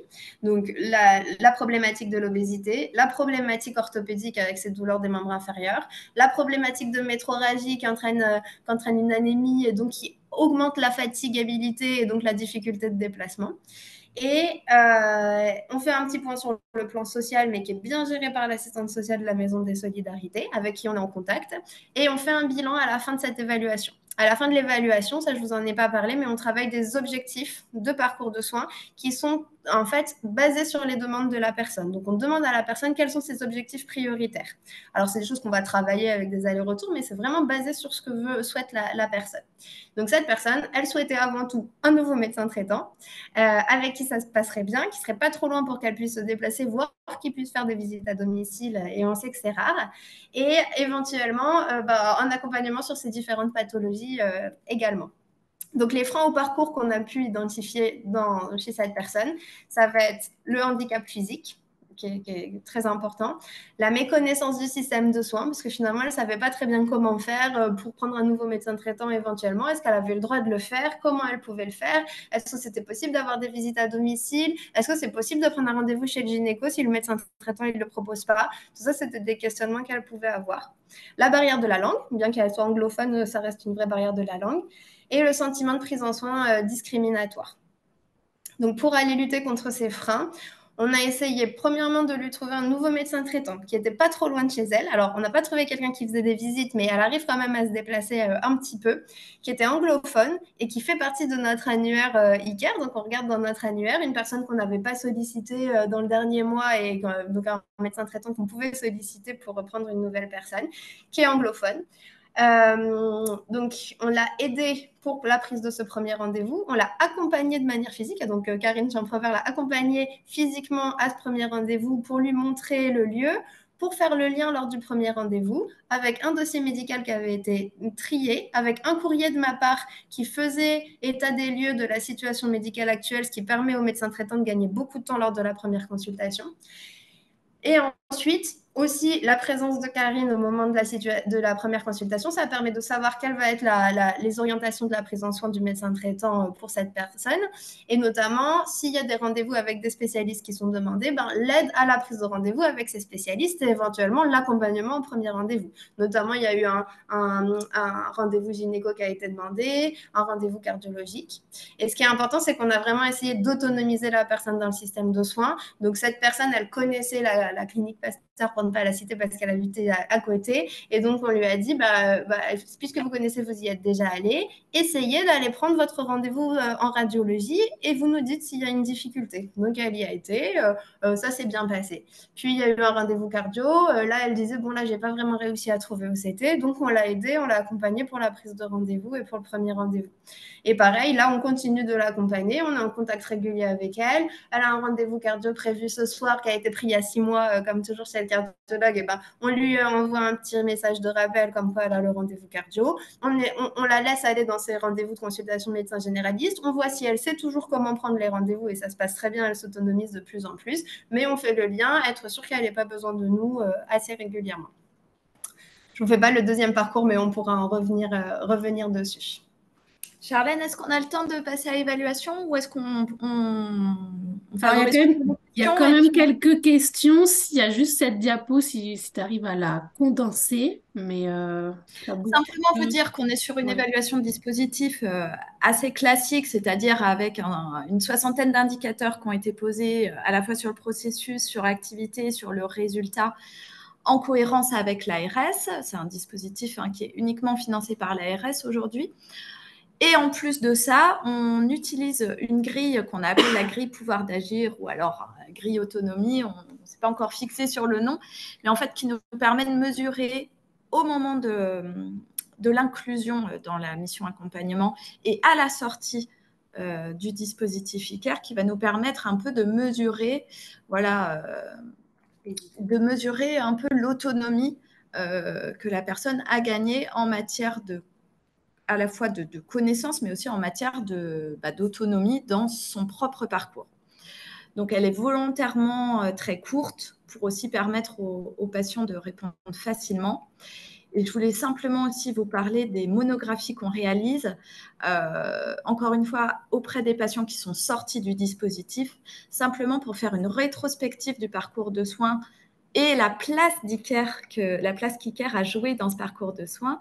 Donc, avant, pendant l'accompagnement et après ICARE où le patient en est. Et donc, on a de quoi tenir bien 2 heures d'entretien avec une 50aine de questions, une grille d'entretien semi-directif. Voilà. Et je termine là-dessus sur la grille ProSiris, qui est une grille qui a été développée par l'IREPS Grand Est, qui est extrêmement essentielle et je la conseille vraiment à tous les acteurs de terrain pour vraiment essayer de faire le point en équipe autour d'un questionnement. Pareil, il y a une 40aine de questions, je crois, et qui permet vraiment de réorienter son projet pour voir si on est bien et si on respecte bien tous les concepts de la réduction des inégalités sociales et territoriales de santé. Voilà. Je vais m'arrêter là et en fait, on va plutôt ouvrir la discussion. Désolée pour le retard. Merci beaucoup à toutes les deux. Alors, on a un petit peu compilé les questions parce qu'il y en a qui se regroupent. On a plusieurs questions sur, en tout cas, le lien avec les autres dispositifs, que ce soit des dispositifs régionaux, toulousains, comme le DAC, la PAS. Savoir comment, en fait, vous êtes coordonnés avec ces dispositifs et comment vous travaillez ensemble. Est-ce que, par exemple, tout à l'heure, Marie, tu as parlé de peut-être comme si vous étiez un peu un DAC précarité. Donc, à quel moment on saisit le DAC, à quel moment on saisit ICARE et comment vous fonctionnez ensemble? Alors, les professionnels peuvent saisir ou le DAC ou nous, en fait, en fonction de qui est le mieux repéré. c'est vrai que sur les questions de santé, précarité, je pense qu'ICARE est très, très bien repéré et que maintenant, alors ça, c'est un travail de longue haleine qui se fait depuis 3 ans. Donc, fatalement, voilà, au fil des présentations, on est de mieux en mieux identifié à Toulouse. Après, la différence, c'est que le DAC, c'est sur tout le département. ICARE uniquement sur Toulouse. Donc, en fait, la différence se fait là-dessus. Et puis, justement, il y a inversement, inversement, s'il y a une situation qui a été, pour laquelle le DAC a été sollicité, s'ils ont besoin d'une expertise un peu plus dans la précarité, ils vont nous appeler et on va essayer d'échanger pour. Il y a certaines situations d'ailleurs qui ont été accompagnées à la fois par le DAC et par ICARE quand il y avait besoin. Et la passe, pour le coup, pour répondre à cette question, c'est complètement à part. On travaille avec eux, mais ils ne font pas du tout la même chose que nous. Ils ne font pas forcément de l'accompagnement au parcours. C'est vraiment le soin des personnes qui n'ont pas de droits sociaux. Et par contre, la passe nous sollicite une fois que les droits sociaux sont acquis pour pouvoir accompagner la personne justement parfois dans le droit commun et l'accès aux soins en ville.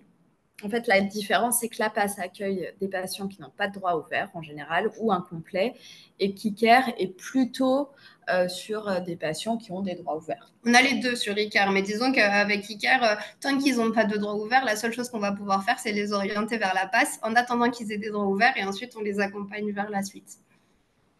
il y avait justement, vous l'avez évoqué, le DAC, c'est départemental, ICARE, c'est toulousain. C'est vraiment. Alors, on me dit, est-ce que Montauban fait partie de la métropole toulousaine? Vraiment, je pense pas. Non, j'étais avec des professionnels de Montauban hier en formation et ils étaient extrêmement intéressés par ICARE et surtout sur la mise à disposition de l'interprétariat. Aujourd'hui, je vous avoue que tout le monde nous donne des coups de coude pour qu'on les aide sur cette question de l'interprétariat. Nous, aujourd'hui, on a un financement uniquement sur Toulouse Métropole. On n'est pas du tout fermé, mais c'est une question qui se négocie aussi avec le financeur. D'accord. En tout cas, on objective toutes les demandes. Aujourd'hui, on collecte.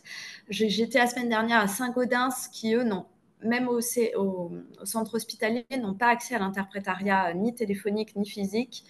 Et il y a des vrais besoins parce que je crois qu'il y a un centre d'hébergement, il y a un Prada pour demandeurs d'asile.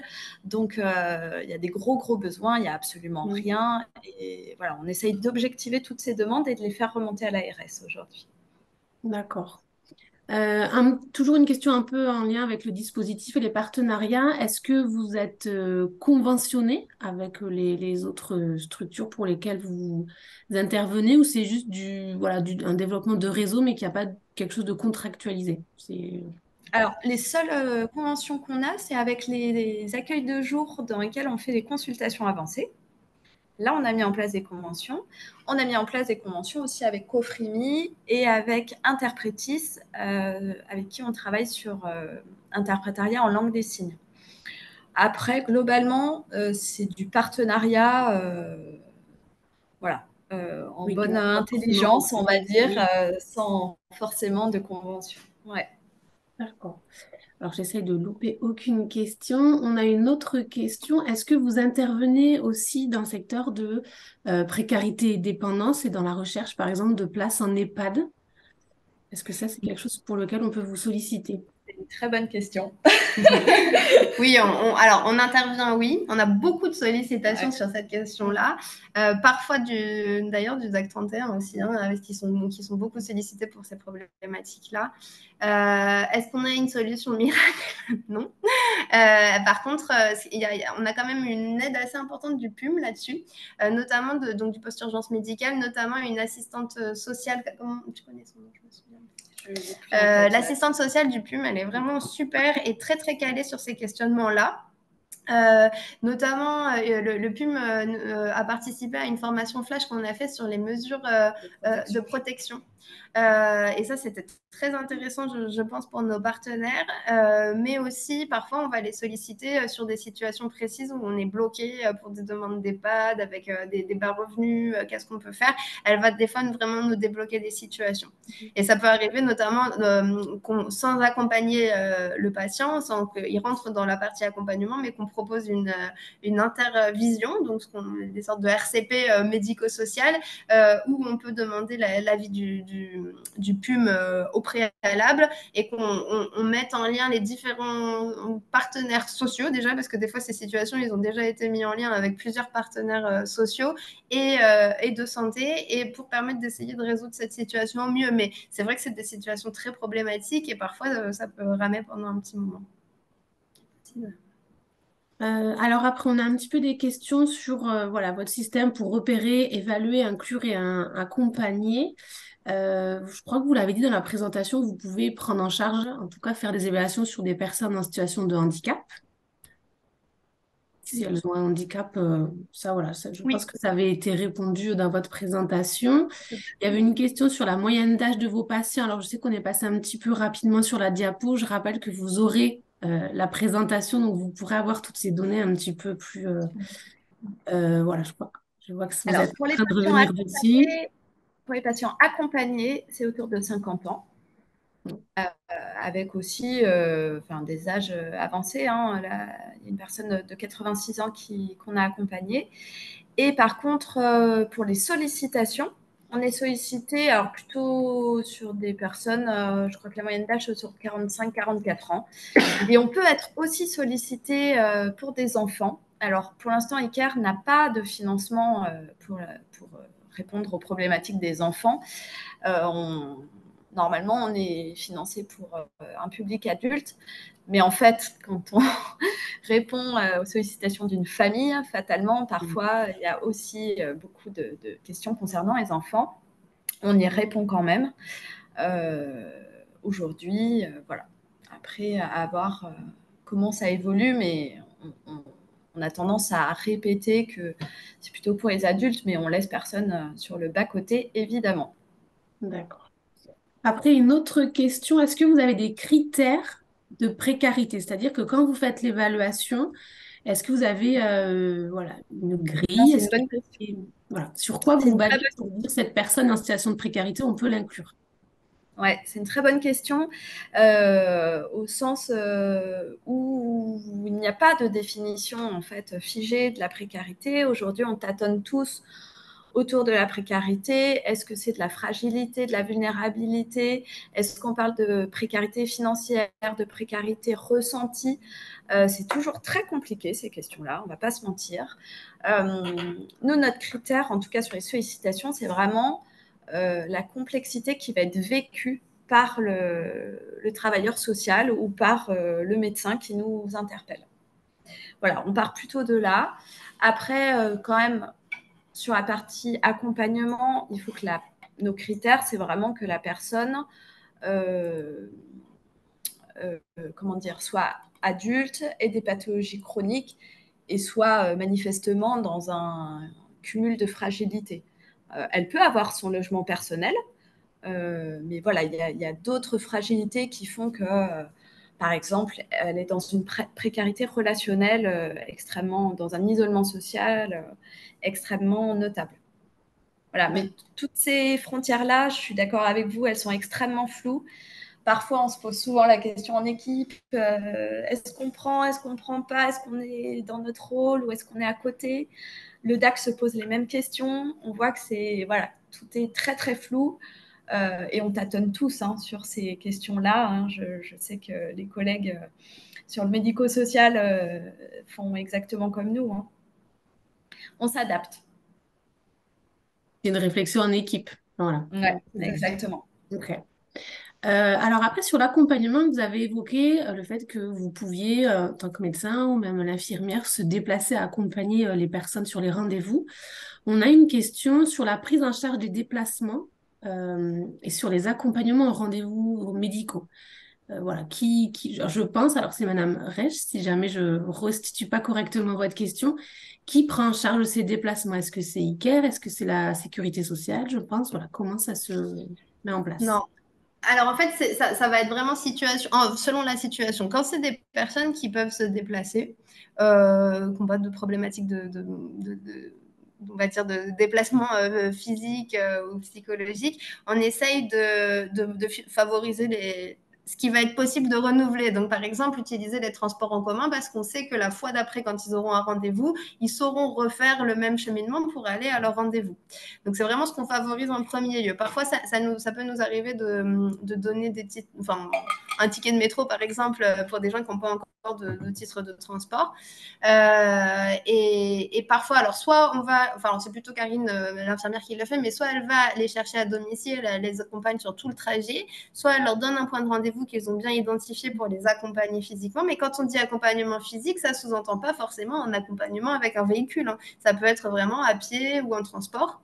Après, quand il y a besoin, à cause de problématiques notamment physiques, ça peut arriver, assez rarement, mais ça peut arriver que Karine demande un véhicule au CHU. Donc, nous, on a accès à des véhicules au CHU. Mais c'est clairement pas sa fonction principale à Karine d'aller accompagner en voiture toutes les personnes à leur rendez-vous. Puisque l'objectif, c'est aussi d'autonomiser ces personnes. Donc, il faut qu'elles soient capables, après, de s'y rendre toutes seules. Donc, par exemple, des personnes qui ont des problèmes de handicap, je pense à certaines personnes qui ont une pathologie pour laquelle ils sont en ALD. Et dans ce cas, il faut aussi qu'ils comprennent le système de l'ALD et de la demande de transport qui peut être prise en charge par la sécurité sociale, que eux le comprennent et que les professionnels de santé qui s'occupent de ces personnes puissent prendre l'habitude aussi d'utiliser ces systèmes-là. Donc, on essaye toujours de réancrer dans des possibilités qu'ils peuvent avoir sans e-care, en fait. C'est vraiment l'objectif. D'accord. Ça rejoint une autre question ce qu'on a sur voilà, comment vous travaillez l'autonomisation des patients, quels outils vous avez. Donc là, on l'a entendu pour le transport. Quelle méthode? Voilà. Est-ce que vous avez des outils un peu pratiques? On a vu la grille que vous nous présentez là pour voir le sentiment que la Alors personne ça, a c'est sur... pour évaluer justement, Voilà. c'est un peu pour évaluer notre travail, la grille. Mais bon, au quotidien, c'est plutôt la mission accompagnement qui va répondre. Là, ça va être vraiment du sur-mesure, quoi. C'est passer du temps, être côte à côte, montrer des cartes, montrer... C'est très difficile de répondre de manière globale parce que c'est tellement individualisé que c'est très compliqué. Mais effectivement, ne serait-ce que même dans les consultations avancées, sans même parler d'accompagnement, ce que je vous disais, c'est qu'on essaye d'autonomiser les gens qui comprennent un peu mieux le système de soins. Effectivement, on va leur montrer comment prendre rendez-vous, est-ce que vous utilisez Internet, est-ce que vous voulez essayer d'utiliser Doctolib, il y en a certains à qui on a un petit peu appris ça, ou bien non, c'est compliqué, alors à ce moment-là, on va plutôt utiliser le téléphone, est-ce que vous voulez prendre rendez-vous devant nous, on va essayer de vous montrer. Bon, cette fois, si vous voulez, je prends rendez-vous pour vous, mais devant vous, comme ça, vous voyez comment ça se passe. Mais la fois d'après, vous essayez de le faire. Sur les lieux, effectivement, on va utiliser des cartes, on va utiliser Google Maps avec des images pour essayer de leur montrer comment faire. On va leur dire d'arriver bien une demi-heure avant pour pouvoir, en leur écrivant sur un post-it toutes les informations pour pouvoir demander dans la rue éventuellement s'il y a besoin. Sur les médicaments, on va essayer, c'est ce que je vous disais, on n'est pas des spécialistes de l'éducation thérapeutique, mais malgré tout, on va essayer d'expliquer à quoi sert chaque médicament, de se rendre compte si la personne les prend bien ou pas. On a eu, je pense à une situation d'une dame qui a eu une pathologie neurodégénérative et on s'est rendu compte au bout d'un moment qu'en fait, elle ne prenait que la moitié de ses médicaments, c'est-à-dire elle en avait par exemple 2 prescrits par jour, elle n'en prenait qu'un parce qu'elle avait peur d'être à court de médicaments à un moment, de plus avoir de remboursement, de plus avoir le droit à des médicaments et elle faisait son stock pour être sûre. Donc, on a essayé de la rassurer par rapport à ça et de lui dire non, non, en fait, c'est pas pareil de prendre 1 ou 2 médicaments. Il faut vraiment prendre les 2 médicaments. Donc, on fait de l'accompagnement au cas par cas selon les personnes et c'est dur de vous donner des outils. On n'a pas d'outils magiques, mais c'est vraiment de l'accompagnement en fonction des problématiques. Alors, ça rejoint une autre question. Est-ce que quand il y a une personne qui est prise en charge vraiment dans le dispositif avec un accompagnement, Marie l'a dit tout à l'heure, vous essayez de ne pas aller au-delà de ce qu'elle pense pour son projet de soins. Est-ce qu'il y a une sorte de contrat qui est signé avec la personne que vous accompagnez? Est-ce que vous le formalisez, vous rentrez Alors, dans l'accompagnement? Est-ce qu'il signe ouais, quelque chose? oui. Alors, donc au moment de l'évaluation, donc après avoir une sollicitation, on prévoit un rendez-vous d'évaluation. Au moment de cette évaluation, on leur réexplique à quoi fonctionne le dispositif, comment fonctionne le dispositif, quel est notre rôle. C'est la première chose qu'on fait en général dans les entretiens d'évaluation. La personne est souvent déjà un peu au courant puisque celui qui nous a sollicité lui en a déjà parlé. Et puis avant même de commencer à rentrer dans le détail du dossier médical, on lui dit, voilà, est-ce que c'est quelque chose qui pourrait vous intéresser? Donc déjà à l'oral, on lui dit, est-ce que vous pensez qu'on peut vous accompagner? Soit la réponse est clairement oui, soit la réponse parfois, eh ben, écoutez, je ne sais pas trop. Et dans ce cas, on rentre un peu plus dans le détail. Et donc là, on commence l'évaluation, on commence à poser des questions, comprendre un peu mieux la situation. Poser la question des objectifs de la personne et ensuite on peut lui proposer un peu plus concrètement comment est-ce qu'on pourrait l'aider. Donc là, la personne nous dit ah bah oui, moi, la plupart du temps, les gens sont quand même intéressés, mais il y a certaines personnes qui sont réfractaires. Et c'est vrai que souvent, au stade de l'évaluation, comme ils sont déjà venus pour l'évaluation, c'est des gens qui sont plutôt intéressés dans l'idée. Ceux qui sont plus réfractaires, en général, refusent également l'évaluation.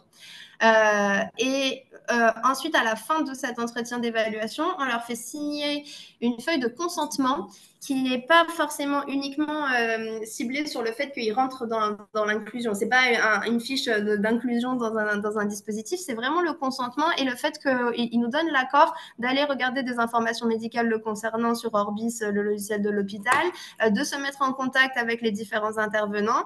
Et il a tout à fait le droit de nous dire, vous pouvez vous mettre en contact avec telle personne, mais par contre, je veux vraiment pas que vous contactiez telle structure avec qui je suis en conflit ou quoi. Et donc ça, on le respecte. Donc il n'y a que ce document qu'on leur fait signer et sinon, c'est un accord oral d'inclusion dans le dispositif.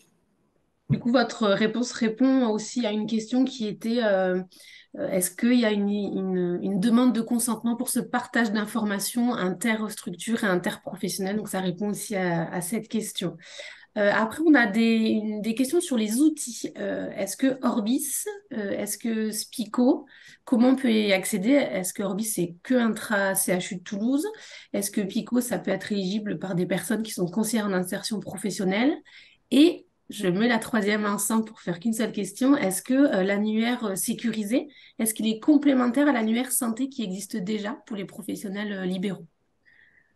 Alors, je vais répondre sur l'annuaire sécurisé. L'annuaire sécurisé, c'est vraiment un annuaire qu'on a construit avec des professionnels de santé qui sont, encore une fois, OK pour recevoir au moins une fois par mois un nouveau patient qui se trouve être en situation de précarité, mais qui, par ailleurs, a la garantie qu'ICARE sera derrière en cas de problème ou en cas de soutien, de demande de soutien, et que ICARE met à disposition Interprétariat. Donc, c'est vraiment pas du tout la même chose. Hein. Nous, c'est un annuaire interne qu'on ne diffuse à personne, qui est sécurisé. Les professionnels nous font confiance. Ils savent qu'on ne va pas divulguer leur numéro ni leur mail qui sont présents dedans. Puis voilà, c'est encore une fois un accord tacite qu'on a entre nous où chacun s'y retrouve. Et pour ce qui est de la première partie de ta question, Charlène, Excuse-moi. Je reviens. Est-ce que j'allais en tête, moi, c'est pour le CHU? Ouais, alors Orbis, c'est vraiment un trace CHU. Et Spico, par contre, ça peut être vraiment. En fait, le Spico, ça a été un outil développé par la e-santé. Et du coup, c'est un outil qui est développé dans toute l'Occitanie. Et n'importe quel professionnel de santé ou du social peut avoir un compte Spico. Et donc, nous, ce qu'on fait concrètement, c'est que quand on inclut un nouveau patient ou une nouvelle patiente, on lui crée un dossier Spico, dans Spico dossier, et ensuite on invite les différents intervenants à pouvoir partager le dossier. Donc, soit la personne a déjà un compte Spico, ce qui est pour l'instant rare, mais ce qui se développe de plus en plus, soit la personne va créer son code Spico pour pouvoir avoir accès au dossier. D'accord. Alors après, je finirai par les questions sur les formations ICARE, les formations flash. Juste avant, on nous demande si, voilà, sur Strasbourg, il y a beaucoup de problématiques d'hébergement d'urgence et stable. Est-ce que vous pourriez partager vos retours et vos expériences dans ce domaine et vos ressources? Comment vous travaillez sur cette problématique-là? On travaille aujourd'hui avec les REPS sur la capitalisation d'ICARE. Donc, on va commencer la capitalisation là, le mois prochain. Donc, en fait, dans l'idée, et j'avais une petite diapo là-dessus, dans l'idée, c'était de pouvoir vraiment dupliquer ICARE dans un autre contexte, mettre en avant les fonctions clés qui sont essentielles au transfert, à la transférabilité d'ICARE dans un autre contexte, dans une autre ville. Nous, ce qu'on remarque quand même, c'est que être adossé à une structure de soins telle un CHU, c'est vraiment une énorme plus-value. Pourquoi? Parce qu'on travaille à la fois avec les travailleurs sociaux du CHU, on travaille avec un service qui est dédié à la médecine sociale, donc qui est déjà bien sensibilisé aux questions de précarité. On travaille avec l'interprétariat téléphonique du CHU. En fait, c'est vraiment tout un système qui a été mis en place pour les spécialistes du CHU qu'on transfère aux professionnels de santé de ville. Donc, tout ça, on n'est pas parti d'une page blanche. Tous ces process, ils existaient déjà. On a juste, tordu un petit peu les choses pour que la médecine de ville puisse bénéficier de tout un tas de services.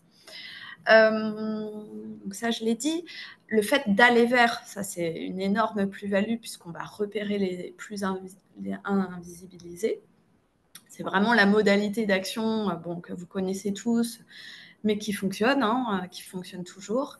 Le fait d'avoir cet annuaire sécurisé en interne qu'on ne divulgue pas, qu'on ne partage pas, c'est garant aussi que les professionnels ne vont pas être épuisés, ne vont pas être sursollicités de demandes de patients. Un petit problème de connexion, je crois, avec les intervenants d'ICARE. Vous m'entendez? Allô? Est-ce que vous m'entendez toujours moi, par contre, ou c'est... Oui, on vous entend. Ah, ça y est, c'est revenu. Vous avez été figé quelques secondes. Oui, donc je disais que l'annuaire est garant du non-épuisement des professionnels, c'est-à-dire qu'on a cet accord tacite de pas plus d'une sollicitation par mois. Donc, on ne va pas les sursolliciter avec des patients complexes, entre guillemets, qui fait que voilà, ça va respecter le rythme de travail de chacun. Et tout le monde en est content. D'ailleurs, si le professionnel nous dit « moi, ce n'est pas une sollicitation par mois, c'est plutôt une sollicitation tous les 3 mois », on va avoir tendance à s'adapter aussi à ces contraintes et à totalement respecter ce qu'il souhaite. D'ailleurs, ce qu'il faut savoir par rapport à ça, c'est qu'en fait, on n'envoie jamais un patient sans avoir l'accord d'abord du professionnel. Donc, en fait, on contacte le professionnel, savoir s'il est d'accord pour le recevoir. Et si oui, à ce moment-là, on met tout en place. Alors, je vois le temps qui défile. Je voudrais pas ni vous monopoliser, ni monopoliser les personnes. Il y a une question. Est-ce qu'on peut vous solliciter par mail quand on recherche un médecin traitant pour une patiente? Oui. Ça, oui. C'est bon. Est-ce que les médecins généralistes peuvent refuser la demande d'interprétariat avec ICARE? C'est-à-dire que vous voulez mettre en place une demande d'interprétariat. Est-ce que les professionnels de santé peuvent dire, moi, je refuse l'interprétariat? Alors, ils peuvent dire oui, mais en fait, le problème, c'est... Je suis en train de chercher le numéro, mais je ne sais plus où il est.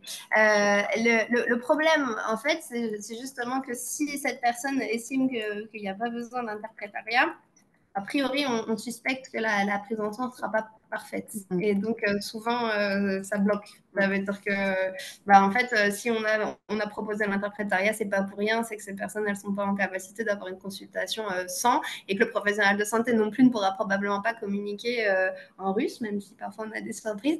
Mais du coup, comme notre objectif, c'est une prise en soin adaptée, si le professionnel il veut pas, ça nous pose problème. Après, une fois que la première consultation est faite, nous, si vous voulez, on ne s'occupe plus de l'interprétariat. On laisse le médecin qui fait partie du dispositif, il a ses codes interprétariat et il est autonome dans la demande d'interprétariat. Donc, en fait, c'est pas parce que c'est un patient ICARE que forcément, il y aura de l'interprète à chaque consultation. Si la personne elle vient pour une rhinopharyngite, on n'aura pas forcément besoin d'interprétariat à ce moment-là.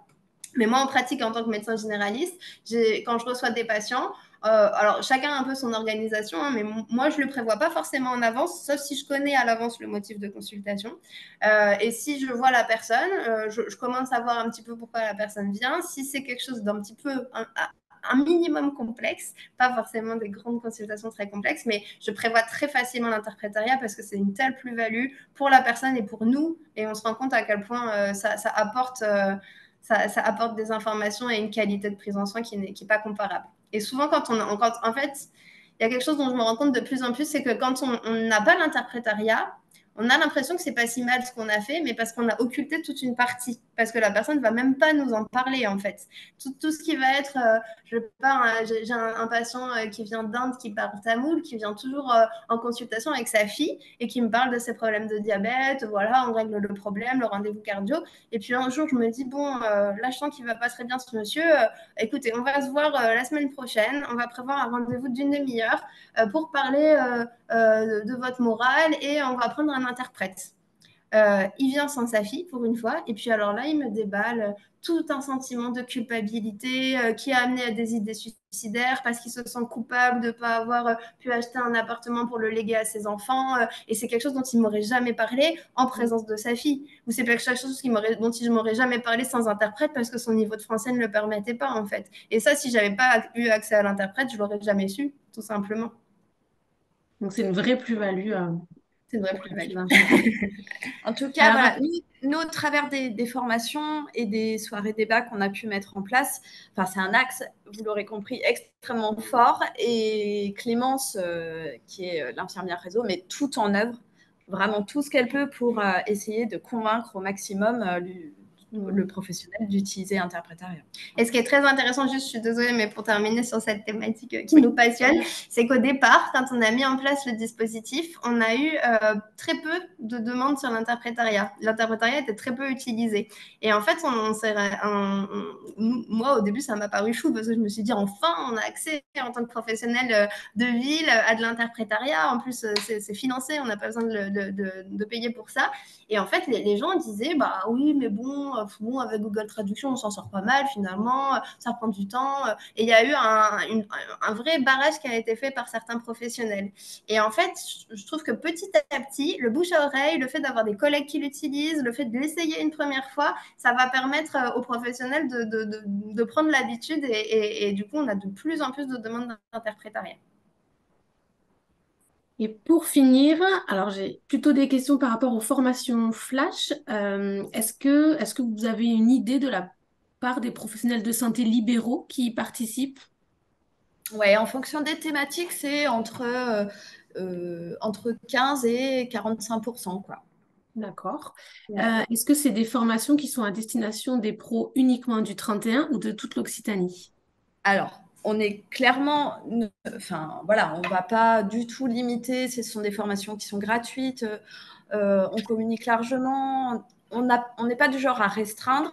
Après, il faut savoir que du coup, comme on est dans un objectif d'améliorer l'environnement de l'agglomération toulousaine, fatalement, on va parler de Toulouse.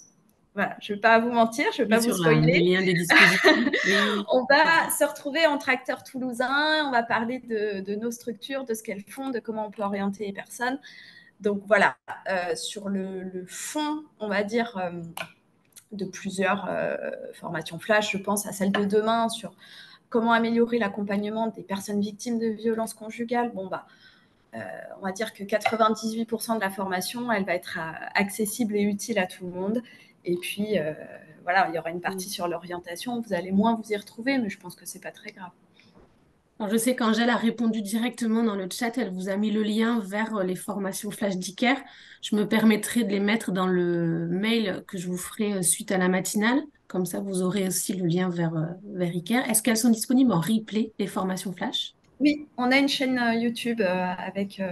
ce que je peux faire, c'est t'envoyer le lien, Charlène, non? Oui. Pour une diffusion a posteriori? Oui, tout à fait, on peut faire ça. Et alors, on va finir sur une question qui est évidente, et c'est vrai qu'on aurait pu la poser au début. Que veut dire Iker? Voilà. C'est Lisa, Alors, Iker, alors moi, j'étais pas à l'origine et au choix du nom, mais alors, il y a un triple sens à Iker. Donc, care, le côté soin en anglais, et I, le côté e-santé, avec notamment l'apport du dossier de soins partagés sur le web avec les différents intervenants. Ça, c'est le premier sens un petit peu plus évident. Ensuite, Iker, comme Icar, et comme le labyrinthe que peut représenter le parcours de soins pour les personnes qu'on accompagne. Et le troisième, c'est qu'à la base, c'était projet Iker, ce qui faisait précaire quand on écrivait PA en majuscule. Et donc voilà, la boucle est bouclée. Voilà, je vous remercie beaucoup. Il y a juste une ou deux Merci petites à vous. questions que j'ai oubliées, je vois. Est-ce que vous pouvez suivre des personnes qui sont suivies en CMP? Oui, bien sûr, Oui. on en suit et parfois on oriente nous-mêmes vers les CMP avec la petite astérix qui est que quand même, comme je vous l'ai dit, les personnes qu'on accompagne dans ECAR, c'est des personnes qui vont pouvoir être autonomisées à un moment. On peut pas on peut pas accompagner toutes les personnes qui ne seront jamais autonomisables parce que sinon ça risque d'être compliqué. Donc des gens qui sont en pleine décompensation psychiatrique non équilibrée, on les accompagnera pas, en tout cas quand ils sont à ce stade-là. Mais bien sûr, des gens qui ont des pathologies qui sont suivies en CMP et qui sont bien suivis et possiblement autonomisables, on les suit sans souci. Oui. Et dernière, vraiment après j'arrête, on aura juste un petit quart d'heure de retard. Est-ce que vous avez une idée du nombre du ratio sollicitation et entrée dans l'accompagnement? Oui. Alors, juste sur les sollicitations, il faut savoir qu'on est passé d'une centaine de sollicitations en 2022 à plus de 350 en 2023. Donc, les effets, on va dire, de la communication sont là. Oui. Et alors, en termes de part, je ne le vois pas. Vous voulez dire des sollicitations qui deviennent des accompagnements? Oui, alors attendez, je vais Ouais. reprendre Alors, la j'ai plutôt le chiffre question. inversé, le nombre d'accompagnements qui sont issus de sollicitations, je crois. C'est presque tous normalement. Ouais, c'est ça. En fait, si c'est En fait, la 350 question, c'était combien ans, de sollicitations par an? Donc là, tu l'as dit pour 350 2023. là, ouais. et l'accompagnement, on a dit qu'en file active, on avait 20 patients. Voilà, après, sur une année, du coup, ça représente. Cette année, il y a eu une dizaine d'inclusions. Ouais. Oui, donc c'est difficile de répondre à ça, mais c'est un petit ratio hein, quand même. Il y a énormément de sollicitations qui sont gérées sans avoir besoin d'accompagner. Et il y a quand même aussi, on a dit, je crois, 67% des évaluations qui amènent à un accompagnement. Ça veut dire qu'il y a quand même 33% de personnes qu'on évalue mais qu'on n'accompagne pas aussi. Donc il y a cette étape-là aussi qui fait filtre entre guillemets. D'accord. Je pense que j'ai répondu, enfin, j'ai posé toutes les questions. Il y a aussi des personnes qui lèvent la main pour un potentiel partenariat. Je vous les transmettrai aussi. Voilà, Avec je plaisir. certifie à tous les participants qu'on va donner toutes les informations au dispositif ICARE. Je vous remercie pour vos Et après, interventions. je voulais juste rajouter que si certaines structures présentes là ce matin veulent nous rencontrer et discuter un peu plus amplement, bien sûr, sollicitez-nous. On se déplace, on vous invite au CHU voilà, pour un temps un peu plus long et évidemment, on peut échanger de manière plus adaptée et plus partenariale. Voilà. Merci beaucoup. Merci à nos trois intervenantes du jour. Merci à tous les participants qui se sont connectés. Vous aurez tous les supports. Je vois qu'Angèle a répondu dans le chat. Vous aurez tous les supports Merci Angèle, j'ai vu que tu avais disponibles. répondu Oui. à plein de choses, notamment la chaîne YouTube et c'est super. Merci Angèle. Et voilà, on vous envoie toutes les informations. Et puis, n'hésitez pas, si a posteriori il y a des questions qui arrivent, vous pouvez aussi nous les envoyer. On les transmettra aux différentes intervenantes. Ça marche. Voilà, je Merci vous souhaite Chantal. une bonne journée. Merci à Et tous. puis, Bonne au journée. revoir. Au revoir. Au revoir.